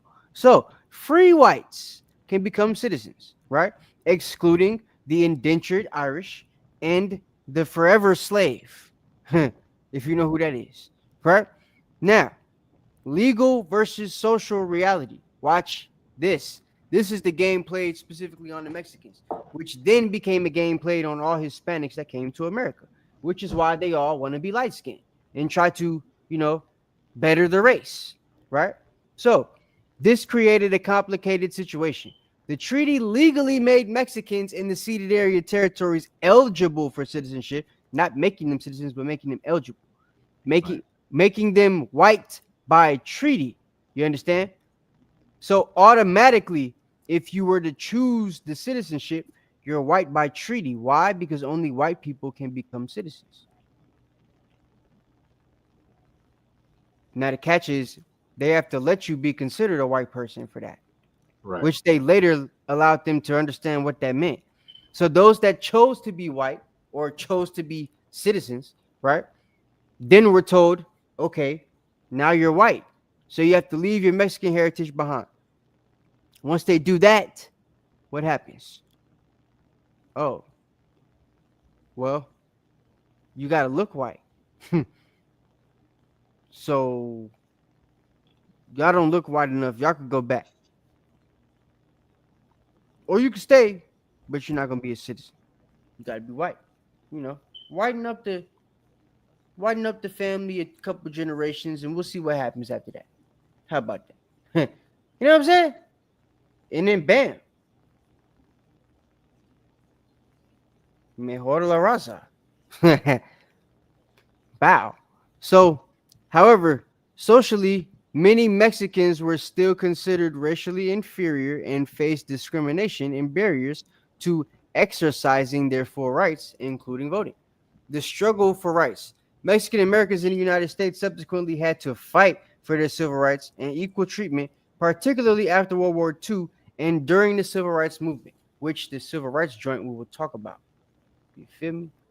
So, let me read you this one right quick. All right. The question regarding a treaty that prevented Mexicans from becoming citizens and limited citizenship to whites can be complex and relates to the historical context of the Treaty of Guadalupe. This treaty ceded significant territory of Mexico to the United States. Article 8 guaranteed that Mexican citizens in these ceded territories had the choice to either retain their Mexican citizenship or become U.S. citizens. If they chose U.S. citizenship, the treaty stated they would be admitted at the proper time. So choosing didn't automatically give them citizenship. Right. There had to be a vetting process. What do you think the vetting process was?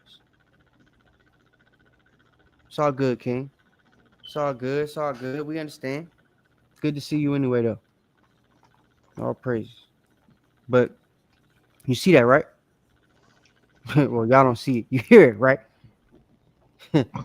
So, if they chose U.S. citizenship, the treaty stated that they would be admitted at the proper time to the enjoyment of all rights of the United States citizen.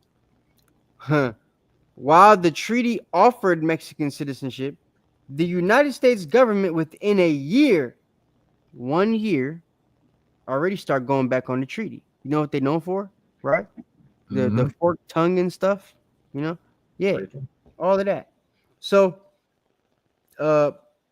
within a year, the U.S. began a process of racialization that categorized most Mexicans, particularly those of mixed ancestry or mestizos, or the Christianized Indians, meaning the actual Mexicans that ain't mixed, and those of African descent, meaning y'all that mix with the Haitians or those that just look black, right?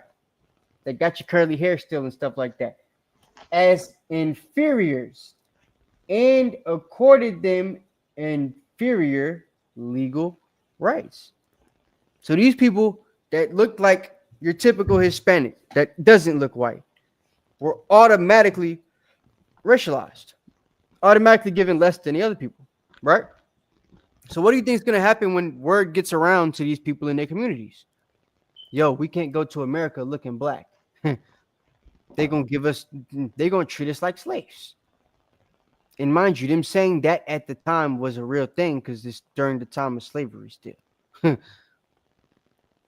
So it's either get treated like slaves when you're supposed to be free, or get treated like the white man that got all the power in the city. What would you choose if you had the choice? See, most niggas wasn't given the choice to be a house nigga or a field nigga.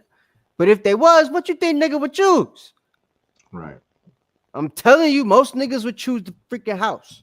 I don't care what they tell you. Most of them is choosing the air conditioning. Okay? Knock. You like your job? Mm-mm. If you had a chance to just sit in the house all day and give them ice and lemonade, would you choose to do that? For the same wage? It's a wrap, right? All day. All day. I get paid what I get paid, and all I gotta do is give you some lemonade. Yeah. All day. Call me Jeffrey. Jeffrey? Yes, sir. I'll even do this. Yes, sir. You know what I'm saying? So, look, I'm telling you, the niggas would have chose that. So what you think situation the Hispanics is in? They're giving a choice. During slavery, this is 1848, ladies and gentlemen, in America. Picture the time. Do you remember? Right? Put it in your head. Think about it. They sitting in Texas, in California, in Arizona, right? Niggas is being brought over there as slaves to expand, industrialize, they in jail, being put on the railroads with the hammers and stuff, chain ganging, right? You a Mexican. You own a carpet business. You sell rugs, alpaca, right? Right across the street, they building a train station. And you see the niggas all day till the sun come up and till the sun go down. Right? They making less money than you. And the white folks send you a letter in the mail. Or the white boy on the little bicycle come throw the mail at you, rather, right? And you open up the letter. It's pinstripe, you know, tap it with the tongue. Wrote it. And then it reads something along the lines of, make a choice, boy. You can be a Mexican or you could be white. and you thinking about all the rights that come with whites and all the rights that come with blacks. Which one you want, right? The white rights or the black rights? I want the white rights, the rights that come with whites. Right. That's what they choosing. It's the easier life, right? I can't pass. I wouldn't have made it. But my great grandfather could pass. And damn it, he tried until they caught him. They found out he was a nigga and they kicked my whole family to Michigan. Everybody got kicked out of Texas. The niggas went back. But that's my story, right? I actually know what it's like to have a nigga try to pass. Because my great grandfather tried it and he failed miserably. Almost killed everybody. He just had sex with one white girl. It was a wrap. Kill them all. Know what I'm saying? So what you think, like, if you given a choice to be one of them and you choose not to, but you staying over there, how you think they're going to treat you? This is Esau we talking about. So you got to put all that stuff in perspective. I know some of y'all think, oh, they just coons. Oh, man. Yeah, you can say that. I understand. But put yourself in their shoes too, right? When they don't know nothing else, they're not educated like you are in the Bible. They don't know their people. All they know is come to America, get a better life.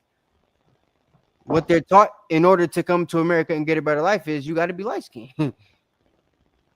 That's all of them. So what do you think they're going to do? They're going to try to fall in line to put themselves in a situation to either become light-skinned or act light-skinned. And when I say light-skinned, I mean white-skinned.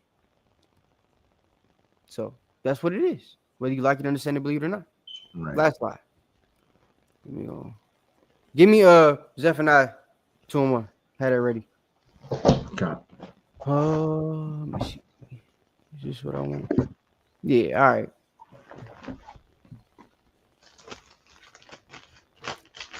All right, so the treaty gave Mexicans residing in the ceded territories the choice to either retain Mexican citizenship or become citizens of the United States, legally white status. At that time in the United States, naturalization was generally limited to free white persons. To grant citizenship to a Mexican population in the new territories, the treaty effectively designated them as legally white. So if you were given if you were Mexican given citizenship, you were automatically not a Mexican legally. You were automatically white because you had to fall in line with the rest of the rules, right? So that's another reason. It goes with the psychological factor. They're not white, but psychologically, if they're citizens, they had to think they were. So growing up, you don't think their grandparents are teaching their parents, hey, you're white. That's a badge of honor at that point. They're not looked at like you and me. Not. They're white. Right. We black. They're white. You feel me? It's a badge of honor. Because of the situation at the time. Right? They ain't thinking about, y'all get skin cancer. No. They're thinking about, I could be like Bill Gates. I can start a business. You niggas can't. Y'all are, that's it. We're subjected to that. So they get to make a choice. That's what it is. Whether you like it, understand it, believe it or not.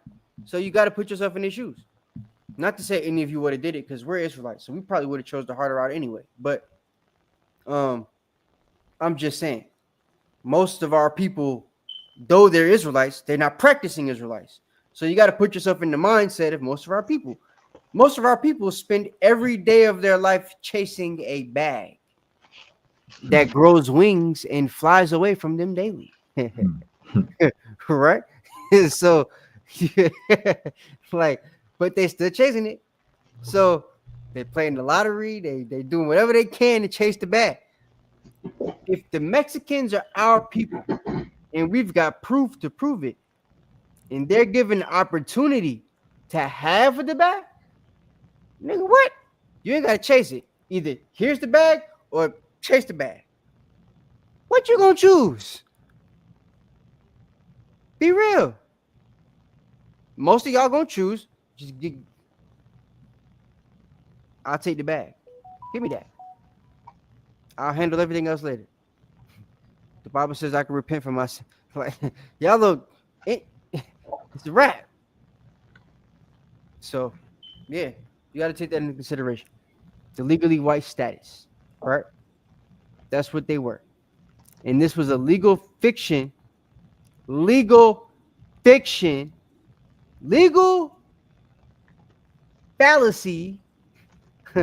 legal lie, legal false truth to align the treaty with existing U.S. nationalization law. Meaning AI is trying to tell y'all was never going to be seen as white. No matter how many generations you got here in America, it's a fictitious legal right. Okay?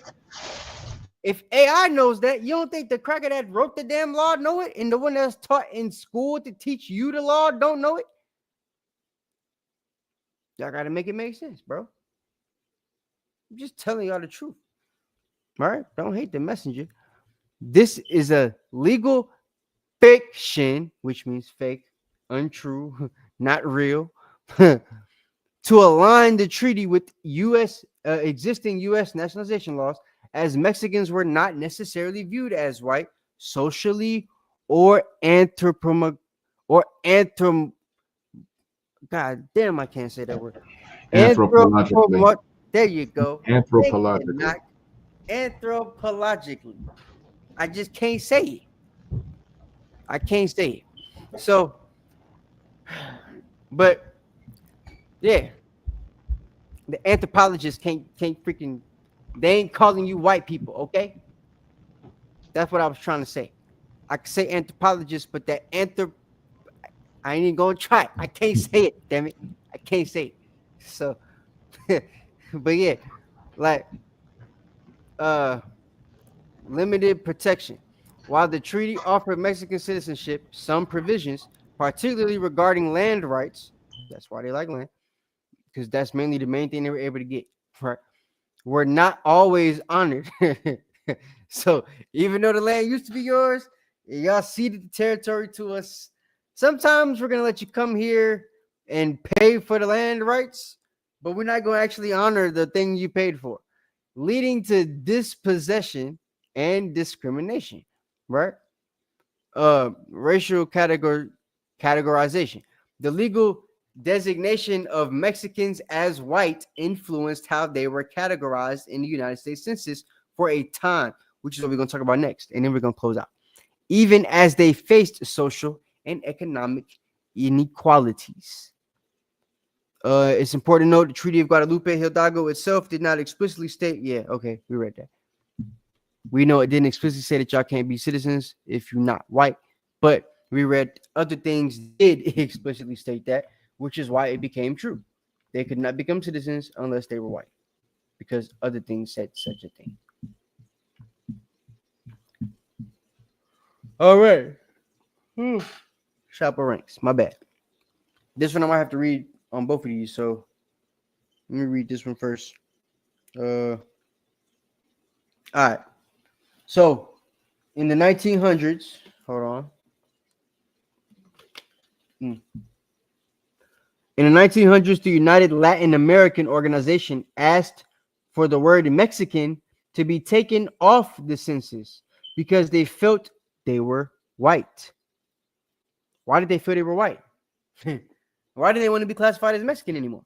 Well, the Treaty of Guadalupe Hidalgo literally gave them the option: Mexican or white. If you chose Mexican, you keep your Mexican heritage. If you choose white, you got to be a cracker. You got to denounce the Mexican heritage. You can keep your Spanish last name, but that's because we gave you crackers. I mean, we gave you niggas Spanish. So be a cracker that speaks Spanish and act like a cracker. That was the stipulation of the Treaty of Guadalupe, right? So, as we just read. So now, by the time the 1900s comes around, the Hispanics have a league, right? A whole organization that they've put together. And it's called the League of United Latin American Citizens. LULAC. LULAC. Right? So, and LULAC took Mexican off the census. Right? Says the information you're referring to is accurate because I just typed it in and then it says, yeah, that's true. It says in 1930s, the League of United Latin American Citizens, LULAC, and the Mexican government actively lobbied against the use of Mexican. So even the Mexican government lobbied against the use of Mexican in the census because the Mexican government said we all should be classified as white. The Mexican government, and they're still called Mexico, not Whiteico. White ago. Whatever. It's Mexico. Right? That obviously didn't go through. But good luck here. Check it out. So this was because they felt the Mexican American citizens were part of the white race, and classifying them separately would further perpetrate discrimination. So it's all about discrimination. If y'all are making us part of the white race legally because we decided to stay in this land, y'all should just make us part of the white race, period. Right? Take this Mexican word away. We don't even know what that is. They've got so much strength in the word Mexican now, they don't know what Aztec is. But in the 1930s, they was willing to drop Mexican because they knew it's nothing. It's just some stuff we made up. We really Issachar and the Aztecas after that. Mexicans just made up. In the 1930s, they was willing to drop it. Now y'all are Viva la Raza. Viva Mexico. What? Why? Just a couple years ago, y'all was Viva White. Viva Blanco. And some of them still think like that because they're raised that way because their parents grew up in this time period. The 1930s ain't that long ago, guys. You got grandparents born in that time. Their grandparents teaching the parents, yo, you're white. Because of discrimination. If you come out saying you're Dominican, you're going to be, they got you. Gotcha. If you're Mexican, gotcha. Gotcha. Cuban, gotcha. Gotcha. You ain't got to say Colombian. As soon as you gotcha. If it sound like you're going to say something Hispanic, it's a rap. So I'm white. Again, black people don't really understand this because, well, everybody can see you black nigga. They know how to discriminate against your ass. Now, when you like Dak Prescott or Patrick Mahomes or Blake Griffin, it's a little different. We ain't talking about them today. We're talking about Mexicans and Hispanics. So they're on the same boat, right? So LULAC offers, lobbies rather, to get the word Mexican taken off as a racial category. A Mexican American civilization rights organization, founded a year prior in 1929, strongly protested this classification. The reasoning: they argued that the Mexican Americans should be classified as white to ensure equal treatment and avoid discrimination, because they feel like they should be seen as equal because they're not direct slaves from this time period in the Americas, even though a lot of them were slaves in Mexico, right, for a while. So, but yeah, so desire for whiteness. How about that? LULAC viewed identifying as white as a means to achieve greater economic, political, and social security. Mexican Americans had traditionally seen themselves as white, and legal precedents such as the 1896 court case in Ricardo Rodriguez supported this view. You see? So they've had court cases in the late 1800s and early 1900s that led to them feeling and thinking they were white because of the way that the court case had to go, or the way it went, or the verdict, or whatever it might be, right? The way they were treated afterwards. So now you're white. That's how I go. These are things you have to know about, right? In order to understand what they've been going through and why they feel like they're like this. Why they see themselves as different from you. If they see themselves as you, guess what? According to their statistics and their history, they automatically get discriminated against. And y'all are like, well, damn, we don't give a damn. We always discriminated against. We don't care. It ain't no thing to us. Well, that's the thing. It ain't no thing to us. Everybody ain't the same, though. Right? So that's all I wanted to say, really. Everybody ain't the same. We got to get into that. So, got to understand it, believe it. Successful advocacy, yeah, that's cool. So that's it, man. That's all I got for that. You can read that scripture. This is the book of Zephaniah, chapter 2, and verse 1. And it reads, gather yourselves together.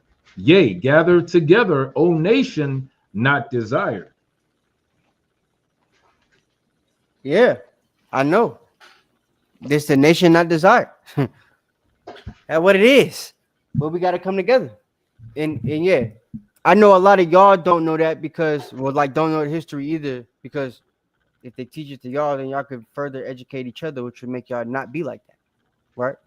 But they've systemically passed down PTSD, right?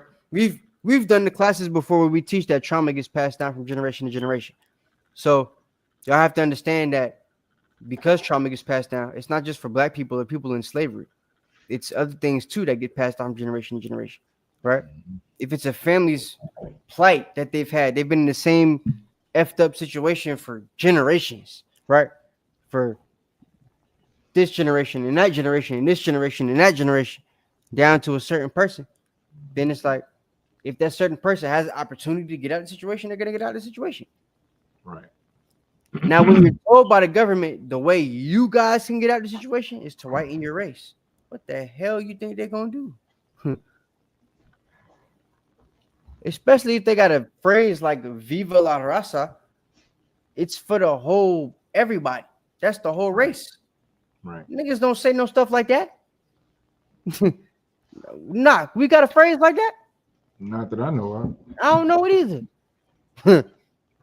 So we ain't into nothing like that, where we take the whole body of us into consideration at once. But they do. So when you think like that, when you think on a broader scale like that, you start to realize, oh, okay, this is why they're trying to quote unquote better the race in that way. Because they were literally taught this is the only way for y'all to get by economically and spiritually, socially, any of that type of stuff, right? So there needs to be education put on that so that we can further bring ourselves together. If black people understand this, you won't think they're racist. It's not racist. That's why they love y'all when y'all get to know each other. It's ignorance on both sides. Them being ignorant of your plight, because truth be told, they don't be knowing nothing about slavery and what black people went through and nothing like that either. But like I said, on the other side of the fence, black people don't typically pay attention to any of this stuff either. So that's something we got to get better at. All right. Read that scripture. Let me see what they tell me. Which one? You only gave me one. Zephaniah 2 and 1. Oh, read it again, my bad. It's the book of Zephaniah, chapter 2 and verse 1. Gather yourselves together. Yea, gather together, O nation not desired. That's right. Gather yourselves together, gather together, O nation not desired. That's what we're supposed to do, right? Give me Isaiah 11 and 13.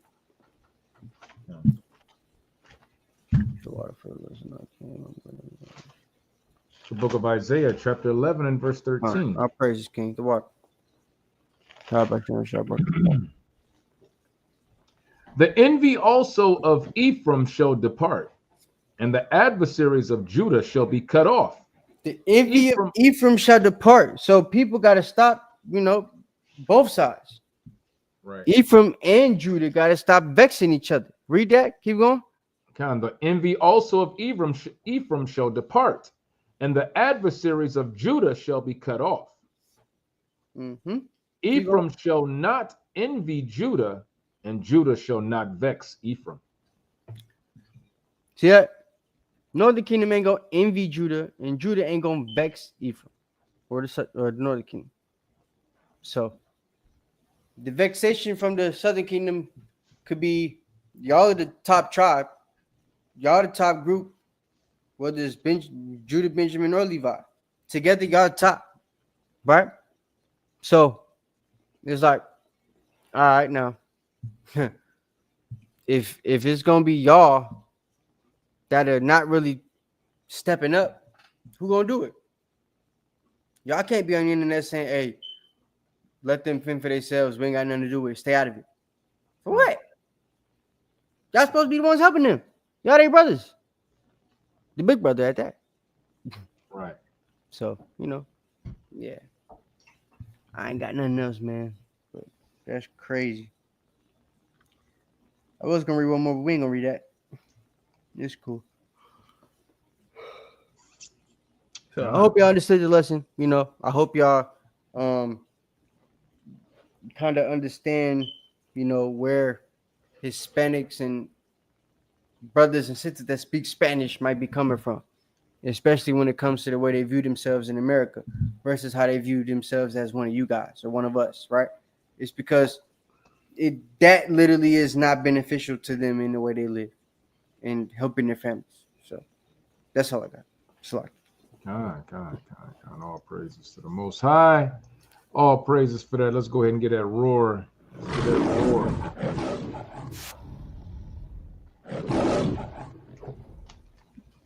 All right. So again, tonight's class was why I should bring blacks and Mexicans together. Well, the main reason is because why we should come together so we can get this kingdom back, right? So we can start ruling again, take over this land, take over these other nations, and rule in the kingdom of heaven. So all praises for that lesson. Hey, let me go ahead real quick. There were a few people that jumped in class after class started. Let me give their shout outs. So let me give a shout out to Ak of Rectitude, Shalom. Shalom to Sister Vora. Shalom to Minority 144. That's our brother Zebulon. Shalom to the mighty soldier Nadiyab. Shalom to the lovely Sister Abaya. Shalom to Mutal Shakir. Shalom to the brother Yuri. Also Deontay Benson and Ernest. And also our brother Nazar, 12 Israelites. Shalom to everyone that was able to attend. All right. Matter of fact, I'm not going to hold you long. I was going to go over the website, but it's a little late. So what we're going to do is we're just going to go ahead and let y'all get home or let y'all get to sleep or do whatever you need to do tonight. If you don't go to sleep, watch TV, whatever the case may be, maybe study and go over this lesson again. Who knows? But we're going to go ahead and end it now. So let me bring out Daniel 7 and 18. And we'll go ahead and end class. And this is the book of Daniel, chapter 7 and verse 18. Let's pull some of these down here. And it reads, "But the saints of the Most High shall take the kingdom and possess the kingdom forever, even forever and ever." Remember that we have classes all through the week. Our next class will be coming up this Thursday with Captain Jonathan. We'll have our Friday night focus class right behind that, and then we'll follow up with that with our Sabbath morning brew on Saturday. That'll be at 11 a.m. I believe the Torah class starts at 8:30. Friday night focus is at 8:30. So please attend those classes. Share the channel. Subscribe if you haven't subscribed. Like, share, subscribe if you have not yet to the channel. Get the news out. It's time for us to get this kingdom back. With that, I am Officer Knock. Captain Eliel is off screen. But hey, until next time, brothers and sisters. All right, this is another Milk Monday. We'll see you next week. Shalom, shalom to you. Shalom. This is not a test.